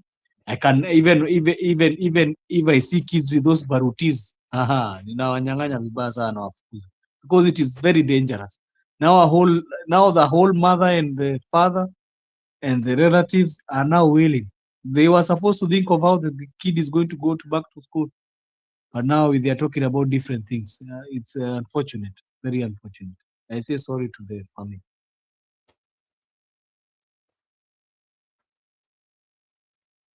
Goodyear is saying, we didn't have fireworks where I am because of the weather. The police officers and the firemen could not land. Oh, it seems it is then regulated over there. That's a good move. I also believe and think that it should be regulated so that the kids do not get to handle such explosive, fireworks. Yeah, so Joseph, I think tunamaliza ama umebaki na mambo? No, I don't have any other thing to add. Just that I wanted to say sorry to the family. I know now it is a very difficult year. Brother Mark, the things are not easy for us parents. You know, when they are going back to schools, it's very hard. You find you need everything. Watoto wanakuanzia kutoka uniform to unajua hii curriculum hii curriculum mako bure iliharibu mambo mingi sana. Unajua watoto wanaenda wanapumzika miaka 2 miaka 3 from October turudi shule January. Sasa mtu anasahau hiki mpaka na uniform pale iliwekwa, so unapata uniform mara huku kumbuka ilikuwa imenini kiatu mara imefanya nini, so we are passing through a lot. Tunapitia nataka mniombee, napitia I'll say like that guy really tunapitia, alafu sasa school fees ndio hii ikiekelewa hapo kwa meza. Sasa unasikia kama una nini, but January but I think now parents are very clever. Siku hizi hakuna kula hiyo nyama mingi, ni unakula pole as you are looking for alternative in January, because unajua mshahara nasikiaga inalipagwa date 20 December. Acha tu. January unaona inakaa kama miezi 3 imeshikanishwa. Raundi hii nikikwama uone nimekutafuta usiseme mimi ni mbaya. Lakini ni hali ya maisha. Unajua wanasemaga January inakaa, unajua wanasemaga January unaanzaga vizuri December 21. Unaanza kula vizuri kanyama kama 500, unaendelea hivyo. December ikifika mpaka mashida zote. lakini ikianza Januari tarehe 5 unaanza na na cabbage pole pole bayo, ukienda kumalizia hata unakula chakula ya sungura. Kweli naona ndugu yetu msimamo hapa, labda msalimie pia wewe, umwambie happy new year. Na msimamo, karibu, hali gani Ndugu, kwa salama, tumshukuru Mungu jamangu. Tumeuona mwaka na ni shukrani kubwa haswa kwa Mungu, maana unajua wengi walitamani kuifika siku ya leo, lakini kwa kweli hawajaweza kufika. So kwa kweli ni shukrani kubwa haswa kwa Mwenyezi Mungu, na pia niwatakie nyie pia mwaka mpya, wewe pamoja na ndugu yangu hapo na wale wengine ambao wanatufuatilia, pia niwatakie mwaka mpya ambao ni wa heri tena wenye mafanikio. Asante. Asante Joseph, zungumza na mwenzetu hapo, utuambie umepanga aje. Sijui kama msimamo unasikia pale kanatumia ama yeye. Unajua tunaomba mwaka wa mafanikio, lakini pia vile hii mwaka inaingiaga si virahisi. Ndio umepata tukicheka hapa na Marco Bura namwambia si ni rahisi vile lakini unajua hata mtu anajiekaga tu kwa hiyo njia. Unajua ndio niliambia Marco Bura, nimesikia wewe ni kama wakupatia hiyo mshahara date 20. Sijui kama utakuwa ukijipanga kwanza sijui mshahara ya date 20 ni noma sana hii, unashindwa mpaka utajipanga aje nayo ukianzia tu hiyo wakati. Mimi nisha book mapema nikakwambia ukiona nimetafuta wewe tuseme mimi nakwambia hii mambo si rahisi vile watu wanasema but I think the world is going through so much things and today I've been looking at the news and I'm seeing is also in Iran there is a problem and there is like it's now spiraling over. And if you have looked at the countries that are near Marco Bura, the countries have gone like Bangladesh, like Sri Lanka, like Nepal. You know that year, we can talk about that year. That year, as we are talking about things becoming politically in our country, outside the country it has been hot.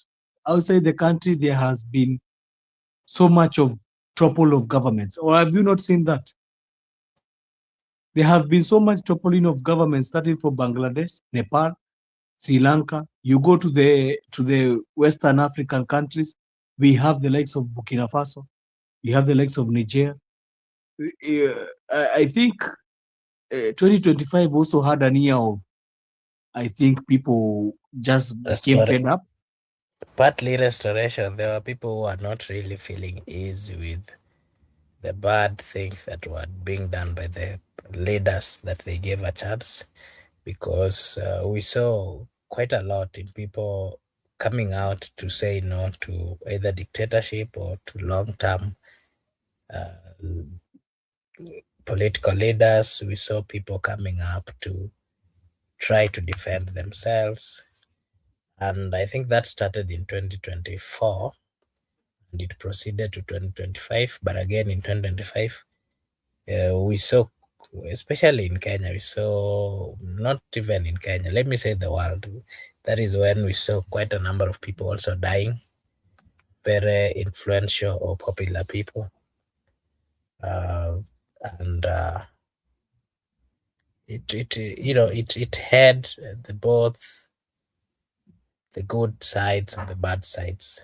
And maybe nipe msimamo nafasi pia tuambie. Msimamo tulikuwa tunaongelelea about Dr. Buru Oginga declaring that he is the presidential candidate for ODM party. Labda unaweza tupea maoni yako, and partly you can also give us your take on the things that we went through over 2025 and maybe the changes. I mean, the positive things or the negative things, and maybe the plans that you have as we get into 2026 as a country and as the economy. And I mean, as a country, have you seen some positive change on the economy? Have you seen some positive changes on the leadership role? Are we headed on the right direction from what you saw in 2025? What positive things should we include or should we invest on going forward? Msimamo? Asante ndugu yangu host kwa nafasi hii, na nitakuwa mfupi wa maneno leo, sitakuwa mrefu vile, kwa sababu huenda nikatemwa tu mida yoyote ile, lakini pia nitakuwa nimetia siku. Kwa kweli 2025 tumeshuhudia mengi, tumezungumza mengi na tumeona mengi pia,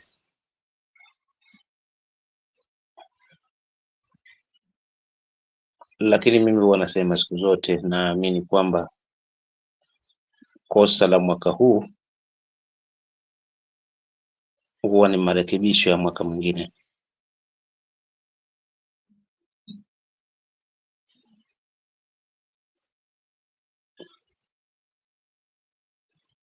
Kwa nini nazungumza hivyo?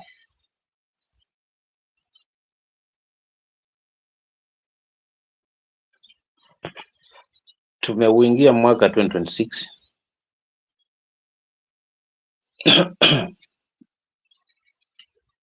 mwaka ambao utakuwa na muhemko wa kisiasa, kwa sababu tunaelekea uchaguzi, maana ndo tunaokaribia chaguzi zaidi, tofauti na 2025. So utakuta siasa imechemka.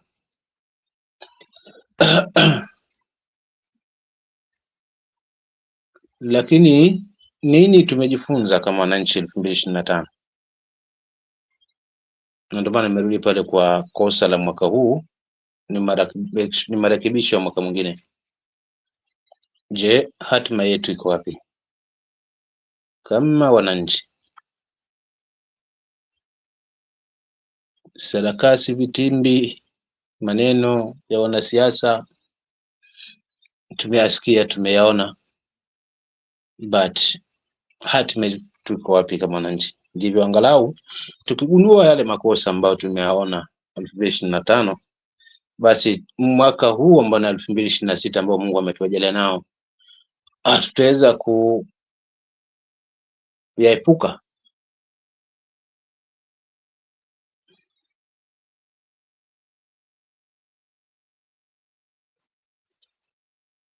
Kwa hiyo ni kutojisahau, hiyo ndo langu kubwa tu zaidi kama wananchi, na namaanisha wananchi, hata viongozi wetu pia ni wananchi. Wakae chini pia wafikirie taifa, maana ubepari wa vifua huu wa kupishana maneno, nani bingwa nani, wakumbuke wapapiganapo afahali wawili, nyasi ndio huumia, na kama nyasi huumia, nyasi na kina nani? Basi ndo pale msema wananchi, kumaanisha kwamba nimeweka viongozi ngazi yao, nimetengeza hiyo daraja, lakini vile vile kuna ngazi ya zile nyasi kwa wananchi. Kwa hiyo wana uwezo wa kurudi meza moja wakafikia taifa na hawa wananchi, kisha hakuna mtu ambaye hawezi kubadilisha hili taifa. Ni maamuzi tu kuyachukua, kuona kwamba haya hivi vitimbi tuko navyo. Tukumbuke tuna vizazi vinakuja, na siku zote kigongo cha zamani huangushwa na kigongo kipya. Kigongo cha zamani kama kimekwama juu ya mti, basi huangushwa na kigongo kipya. So katika hiyo hali tukumbuke kwamba mambo yanabadilika, vizazi vinabadilika. Kumezuka Gen Z, kuna hiyo marika, kutakuja rika ingine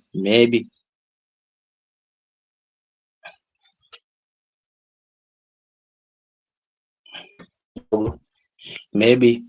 So tuwe na uwiano hasa na kulifikia taifa. So chukua Let's take it. Yeah.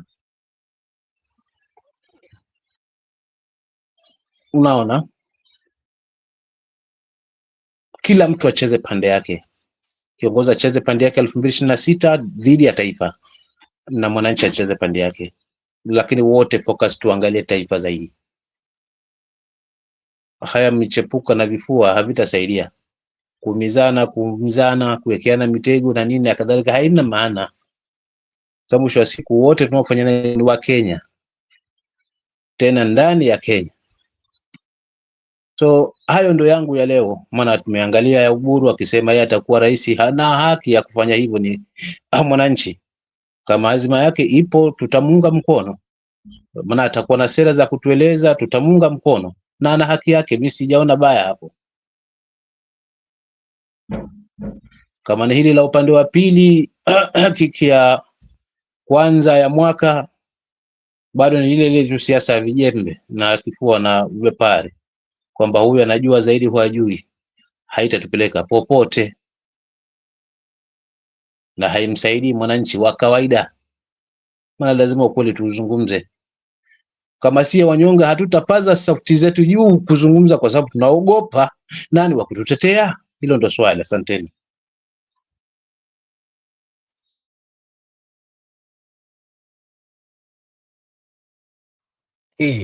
Asante sana msimamo. Joseph, kuna Kenya unataka kuongeza?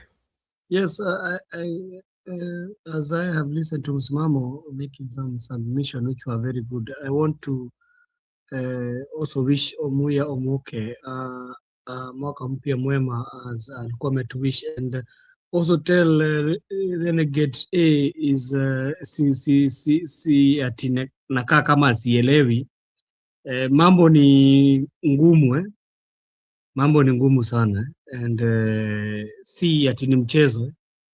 Pia mimi nakasikiria it's not easy in January. Also being told that you're going to be forced. You know, I've had some situations saying that tulikuwa tunabishana leo hapa na akasema ati capitation haiongezewi, and I had some reports that money which for school fees is going to be added because the capitation is not even coming through as expected. They are giving it in batches, and I don't see.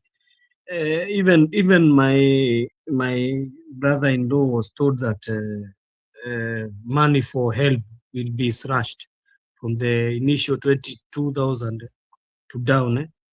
So I can understand the pain that you are going through because everybody is undergoing the same pain. Sometimes hata tunapitia mangumu mako bura mpaka tunaanza kucheka. Umewahi kupitia mashida mpaka unaanza kucheka? Sasa unaanza kujichekelea, unashindwa sasa utafanya nini? So sometimes these situations also are brought in by bad economic reforms by certain quarters like the government that is just here. And I see have been addressed there. By the way, where did you take Sabine? This one is just another useless politician. I think in Muranga we don't have we don't have ladies leaders. I think we have an issue. I think even we should call Goodyear to come and be able to stand for that seat. Sababu ninaona wale wanawake tuko nao huko Muranga. You see, we come they come out of applying fun into fire. They had one Sabina Chege, now they have one called Betty Maina. I think this is falling from the frying pan into fire. So Sabina Chege tried to sell Uhuru Kenyatta's Jubilee. I don't even see her in shame. You know, they're supposed to be having shame. But I think the leadership of women in parliament is so much telling. Not all of them. Some of them, they articulate their issues. And mostly the women who have been voted for, they articulate their issues very well. But the women who are given these seats, or they are given it on a silver platter, like the likes of Akina Sabina Chege, who was not voted in 2022, and the likes of Akina, the other lady is called Nikare Nyamwe. You can see how they articulate their issues in Bunge. Even you wonder how are they given certain kind of slots. But I think it's always about friendship, and what can we say? It's about friendship, and these guys, they do their dealings, but I can see Omuya Omoke saying Wama Cake, Betty, and Mama Goons. First, that one Wama Cake is called Wama Cake. That one is a very nasty woman. I saw her throwing cakes. You know why she was called Wama Cake, Omako Bura? Do you know why she was called Wama Cake? That lady did something even that pained me in my heart. He cut a cake and he started throwing to people using the hand so that they could catch the cake and eat. It was very painful for me to see. So since that day, that woman, I've never liked her. I have never. That one for me is personal. That one I never like her. That one is not politics. That is personal for me. You cannot treat people like pigs, and then you start. That's why sometimes you call them pigs. That woman is very nasty. It's very disgusting. That one I can truly say that one is personal for me, and that is my personal opinion. I don't want to be held liable for brother based on media. That is mine personal. I feel that lady touched up a nerve in my system that I'll never recover from. But the likes of Akina Sabine Chege, these ones are molds which were used by Ruto to try and destabilize Jubilee and try to remove Uhuru's, to try and fight Uhuru. But you know, Sabine Chege is a nothing when compared to Uhuru Kenyatta. It's just that Uhuru Kenyatta had stayed quiet because of her. So I think she's receiving the fruits that she labored for. And that one is done politically. I'm telling you, Sabina Chege can never come back politically. That one is done and dusted. That one I can assure you. That one I can assure you. Even next time she will not even be given the nomination card. So just think of that one as a done deal. Because which party will nominate him? Maybe akuja asimame na UDA. Hiyo UDA sijui kama itakuwa watakuwa wakipatiana nominations mingi kwa sababu watu hatakuwa. So, Brother Mark, I don't know if you have any other question for me, but I think I've tackled the ones I've been asked by some of our good friends down in the comment section. I think I'm also okay. I don't have any other question. I can see Nyamu here saying,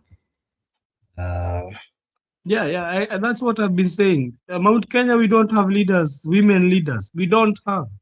You just go and check.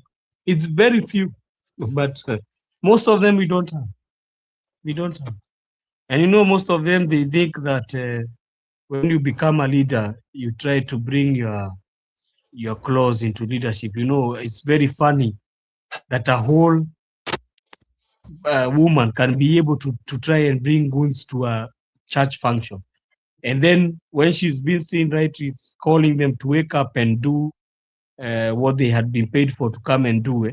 You find that she was saying and trying to twist the things that she was calling the PA. It becomes very frustrating and very handover. These women, they have really let us down as a person. I come from that area. They have really let us down because most of them, just look at the people who have been mentioned. They don't come from the Rift Valley. They don't come from the south. It's called from the lake. They don't come from Kisii. You find them, they are coming from Mount Kenya, most of them. And it's so much ashamed. So much ashamed. I feel so much ashamed when I see women doing doing kind of things. That's why I'm even not supporting what Mudavadi is saying about gender rule. Gender rule, let it be left like that. This gender rule, if we try to implement this gender rule, Marco Bura, sijui hata bunge itakuwa ikifanywa nini. You remember there is a song which was sung, I don't know if you know that song, about women parliament. I don't know if you have ever heard that song. I think the likes of Akina Gudia can attest to that. It's a song sung by Rod Deraro, which saying that if wives could be given the power, what they could do. I don't know if you have ever heard that one. When he's saying that wives could be going and they're telling you what to cook and what to eat and what to wear. And even in parliament, when they go to parliament, they could be talking gossip and there will not be any laws which have been amended. I think you need to look at that song. I think you need to listen to that song. You'll be, you know, he has very good songs. There is one he sings that loving is like driving, and then there's another one he always talks about countries marrying each other. So there is also one which is for women. If women could take over the reins. I don't know the title very well, but it's a very good song. I always like it. So that is what could happen if we have the two that gender rule. If we have this small amount of women in parliament, and you see even some of them fighting. I don't know if you saw those ladies fighting in parliament. What do you expect us to have? So this is a nightmare. So for us, I'm ashamed. Most of those leaders, even you find them involved in these whole scandals, ladies in parliament, most of them come from our region, and it's so much ashamed. It's so much ashamed. I feel sometimes so much ashamed. So if I don't know if you have any other question, Marco Bura. Not really. I think we can just call it a day. And Nyamu is saying we don't want to go back to Wangu wa Makeri. Yes, I've told even Nyamu to listen to that song. It's sung by Lord Deraro. Even you, Marco Bura, you need to go and listen to that song when you are left the studio, because tomorrow I'll ask you what you heard about in that song, because it is a very fantastic song. I think that guy, you need to listen to the 3 songs I've told you. It's a bit comedy, but it has so much lessons that you can learn. But it's not like we like to put the women down. It's not good. But as men, we need to be there to be a checkmate to them, because if we allow that, brother Marco Bura, sidhani kuna kitu itaendelea kwa hii nchi. Hii nchi itasimama kwanza, tuanza tupake makeups. Hakuna kazi itakuwa ikiendelea asubuhi. Okay, I'm trying to look for. There's a song that Goodyear said I should listen to. Let me see it. That lady, I fear her so much. You know, she comes to sing a song about the years, and akiimba wimbo kuhusu mwaka inakuwa noma. Anaitwa aliniambia Justina sio kau. Sio kau, I mean. Huyu ni yule anakanga.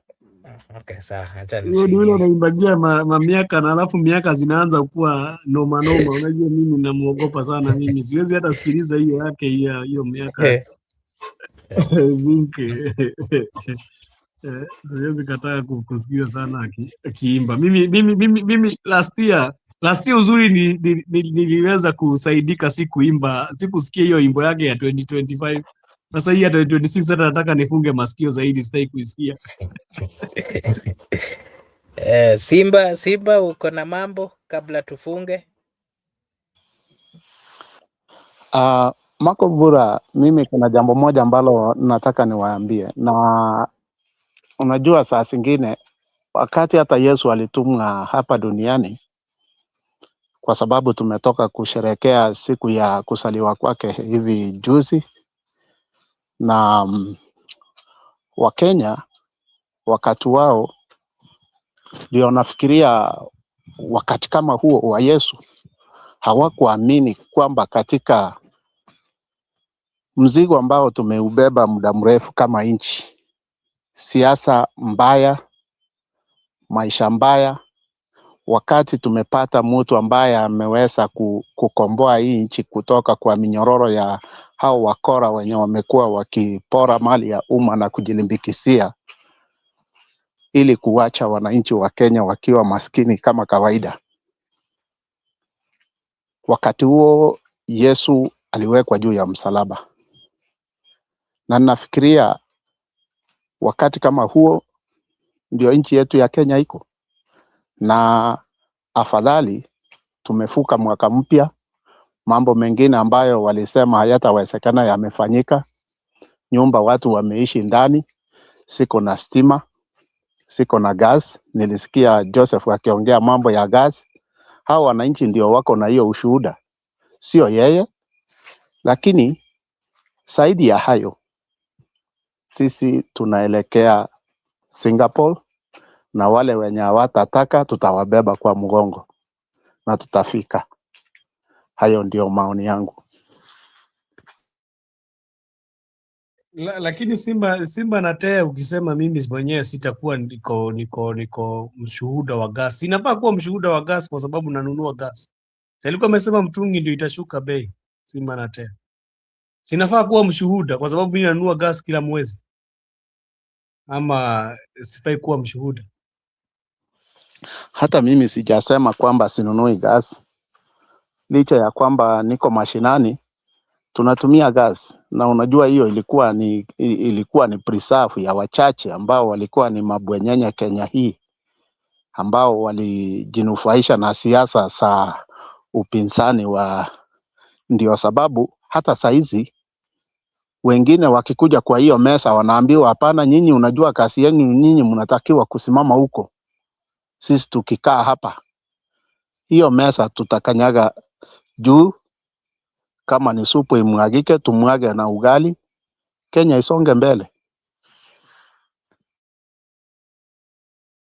Lakini Simba na Tea, nikikuuliza swali vizuri, Azmako Bura anakuja kufunga show, I think hapo nini, ikikuuliza ukweli, wewe unaweza dhani huyu mtu anaweza supportiwa na watu na msupport hivyo vyote, alafu akuje ageuke udhania hata wewe unaweza jiepuka kutoka kwa hiyo kitu?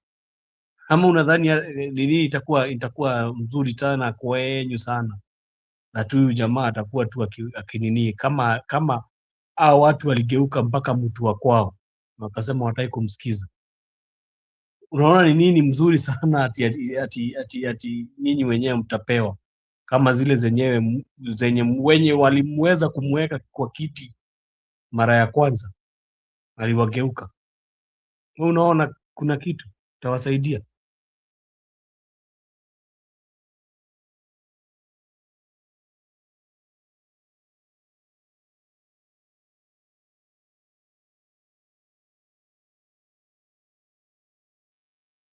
Marco Bura, I think let's Simba, are you there?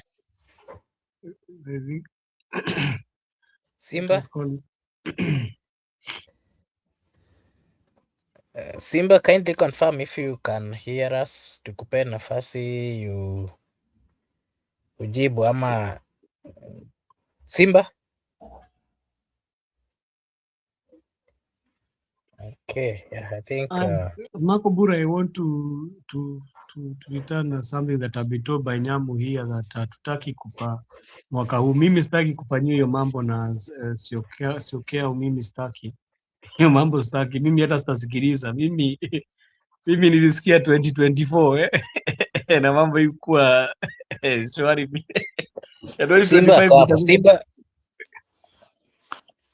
Marco Bura, sijui kama ulikuwa unauliza juu ya nini? Ni mimi sikukusikia vizuri. Joseph amekuuliza swali, ndio nilikuwa nataka ujibu ndio tumalize. Joseph? Mimi nilikuwa namuuliza tu swali rahisi. Wale watu walimpeperusha kuingia kwa hiyo kiti juu kwa sababu hao wenyewe walikosana hata na mtu wa kwao, wakampeperusha kwa hiyo kiti, na ni kama alikuja akawatiriki na ni kama aliwakuja he turned the back against them, alafu ni kama akawatupanisha na huko. Do you think you have something special that mtampatia ndio yeye akae pamoja na nyinyi sana, ama hata labda hiyo elections mkishinda bado nyinyi mtakuwa mkirushwa nje? So that is the question I wanted to ask. Unajua mimi Joseph, na sijui ni watu wagani unamaanisha, kwa sababu tunaona mawaziri 9 wote kutoka hilo eneo, hakuna mtu amewacha. Unajua, twende polepole na hii unajua, hii siasa ndio tumekataa siku mingi. Na mawaziri wanasaidia na kazi gani na tena hao mawaziri wote wanatoka wapi? Na mbona hatujaona? Na nakuuliza, tumeona wananchi wao wakiwakemea ama wakiwasomea katika miradi yao kuhusu mawaziri? Kwa sababu kuna zile vitu Ruto aliambilia watu wa mlima na hakuna vitu wametimiliza. Zile vitu waliwaambilia na ndio walipeperusha pale. Mbona au mawaziri 9 hamjawashurutisha kwamba walisalitiwa na kiongozi wa watu waweke hivyo? Ngoja nikuulize, ngoja enda polepole. Wewe ndio umeuliza na nataka nikuulize, ikiwa tunaamini kwamba wale watu walikosewa, mawaziri wako pale, ikifika Ijumaa ama Alhamisi bendera sote 9 kuelekea mlimani, mbona hatujaona wakisomewa mahali popote kwamba wamesalitiwa? Acha nikwambie bwana Simba, waziri si hao walikuja wakaambilia watu wa Mount Kenya vile vitu watawafanyia. Ruto mwenyewe ndiye alikuja akaambilia mawaziri wanafanya kazi nje ya mlima Kenya peke yake. Mimi waziri sina kazi yake. Kazi ilipewa, contract iliandikwa between Ruto na watu wa Mount Kenya na wale watu wengine. Si contract between Kabogo na watu wa Mount Kenya. Hiyo ni Ruto alikuja kuambia nitawafanyia hivi na hivi na hivi. Tufanye siasa ambayo ni fair. Ingekuwa hivyo vile unasema eti walisalitiwa, hao mawaziri wanasema 9 wengi wao walikuwa kwa hiyo campaign. Hao mawaziri unasema, unajua wewe unaulizaga swali na utaki kuulizwa. Hao mawaziri wote walikuwa hapo, walikuwa kwa hiyo campaign. Kabogo alikuwa kwa party hiyo Kenya Kwanza. Unajua mimi nimekuuliza mawaziri wenye wametoka hapo mahali ulisema watu walimweka kwa uongozi, au mawaziri wanatoka kwa hao watu ni viongozi kivyao huko? Ndio ninakuuliza, ni mawaziri wangapi wamekuwa kutoka eneo la Kisii lakini uone hakuna kitu wanafanya Kisii? Wewe unaenda kuuliza waziri? Kisii kuna mmoja peke yake.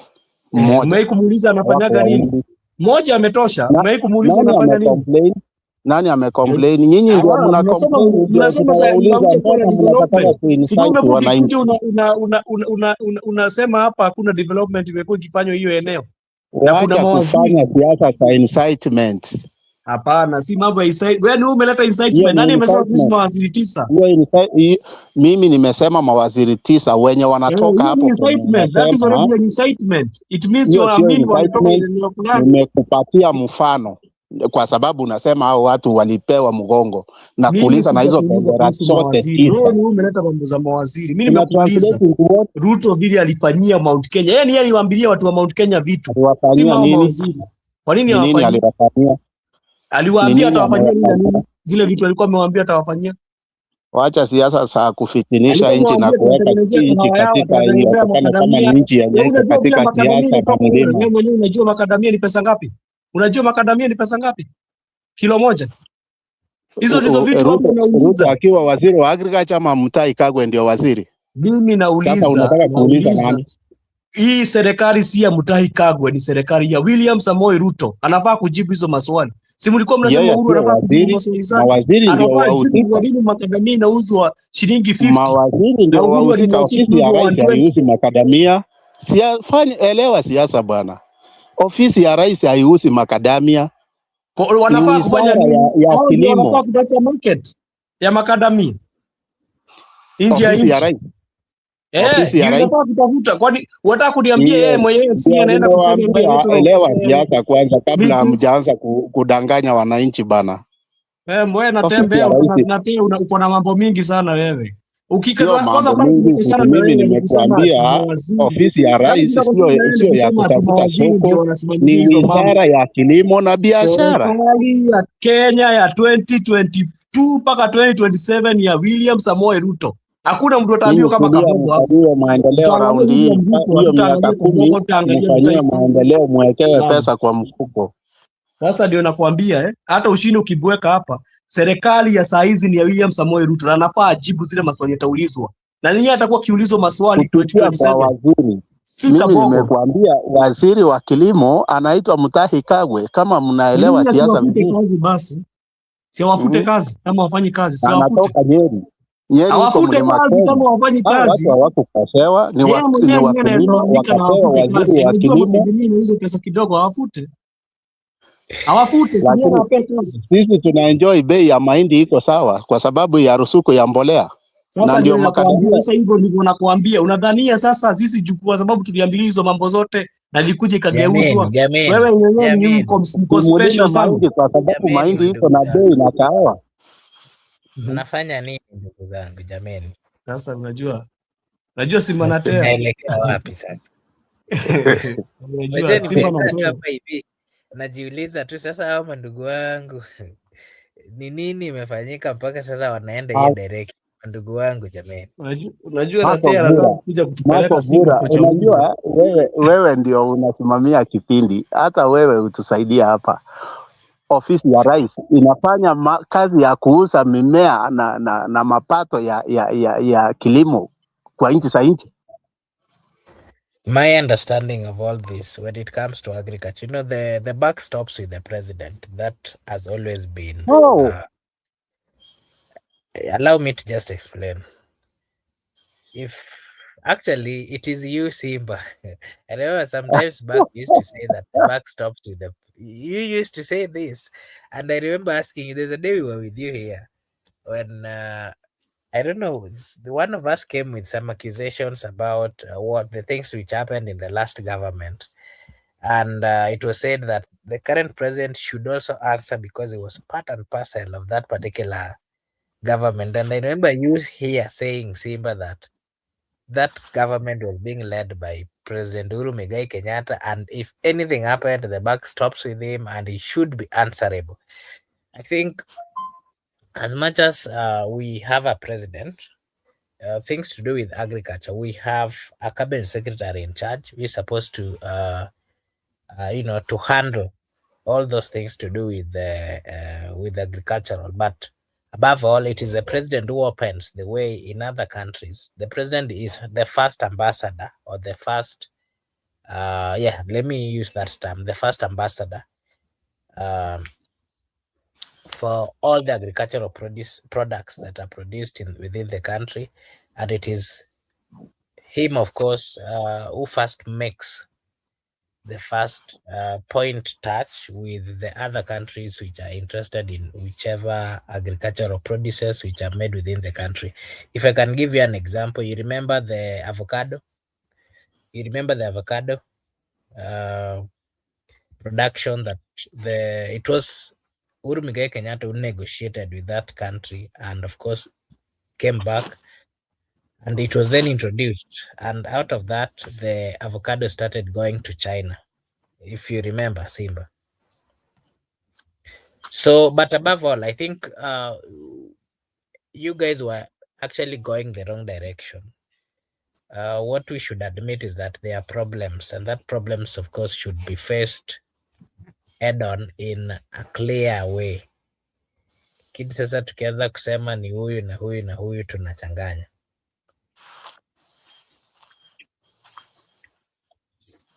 Ama namna gani, Simba? Ndio Joseph akuje. I think chenye mimi nimesema na sita kusema kwamba the country is headed on the right direction. Let's support the president. Huu ni mwaka mpya na tulikuwa safarini, tunaenda Singapore hivyo, na nimemalizia hapo kwa sasa.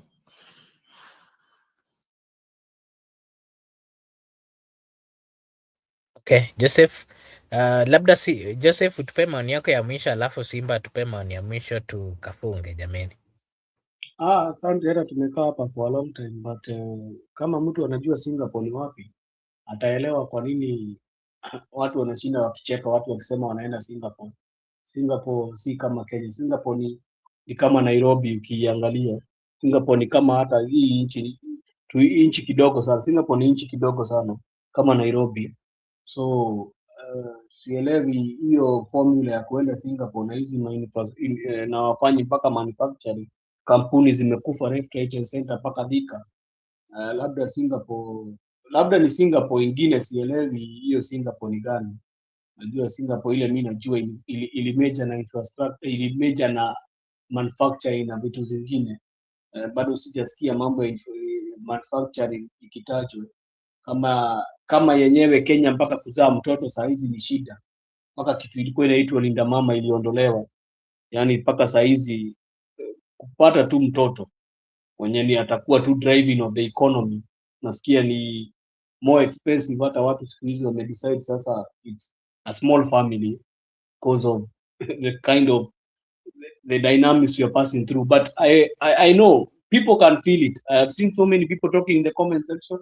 They are talking about this year, how they are feeling it in terms of school fees and everything. They are feeling it. So this one is not about anybody lying or doing what. Everybody knows what he's feeling in his pocket. Mimi siwezi hata kashinda nikiambia Marco Bura hapa ati wewe kuja tuangalie ati mambo iko namna hii ati kunafanyika. Hapana, mimi nakwambia tu angalia mfuko yako kama iko sawa, wewe uko sawa. Kama mfuko yako inalia imetoboka, well and good, utajua kwa nini imetoboka. Tunajua kwa nini imetoboka. Hiyo si kitu ya mtu ashinda ikwambia kwa nini imetoboka. So as we finish, I want to thank all the viewers who are here and wish them a good night. Thank you. Simba, unaweza tuambia maoni yako ya mwisho as we close? Asante sana Makobura, na nafikiria mimi maoni yangu ni maoni ambayo nitasema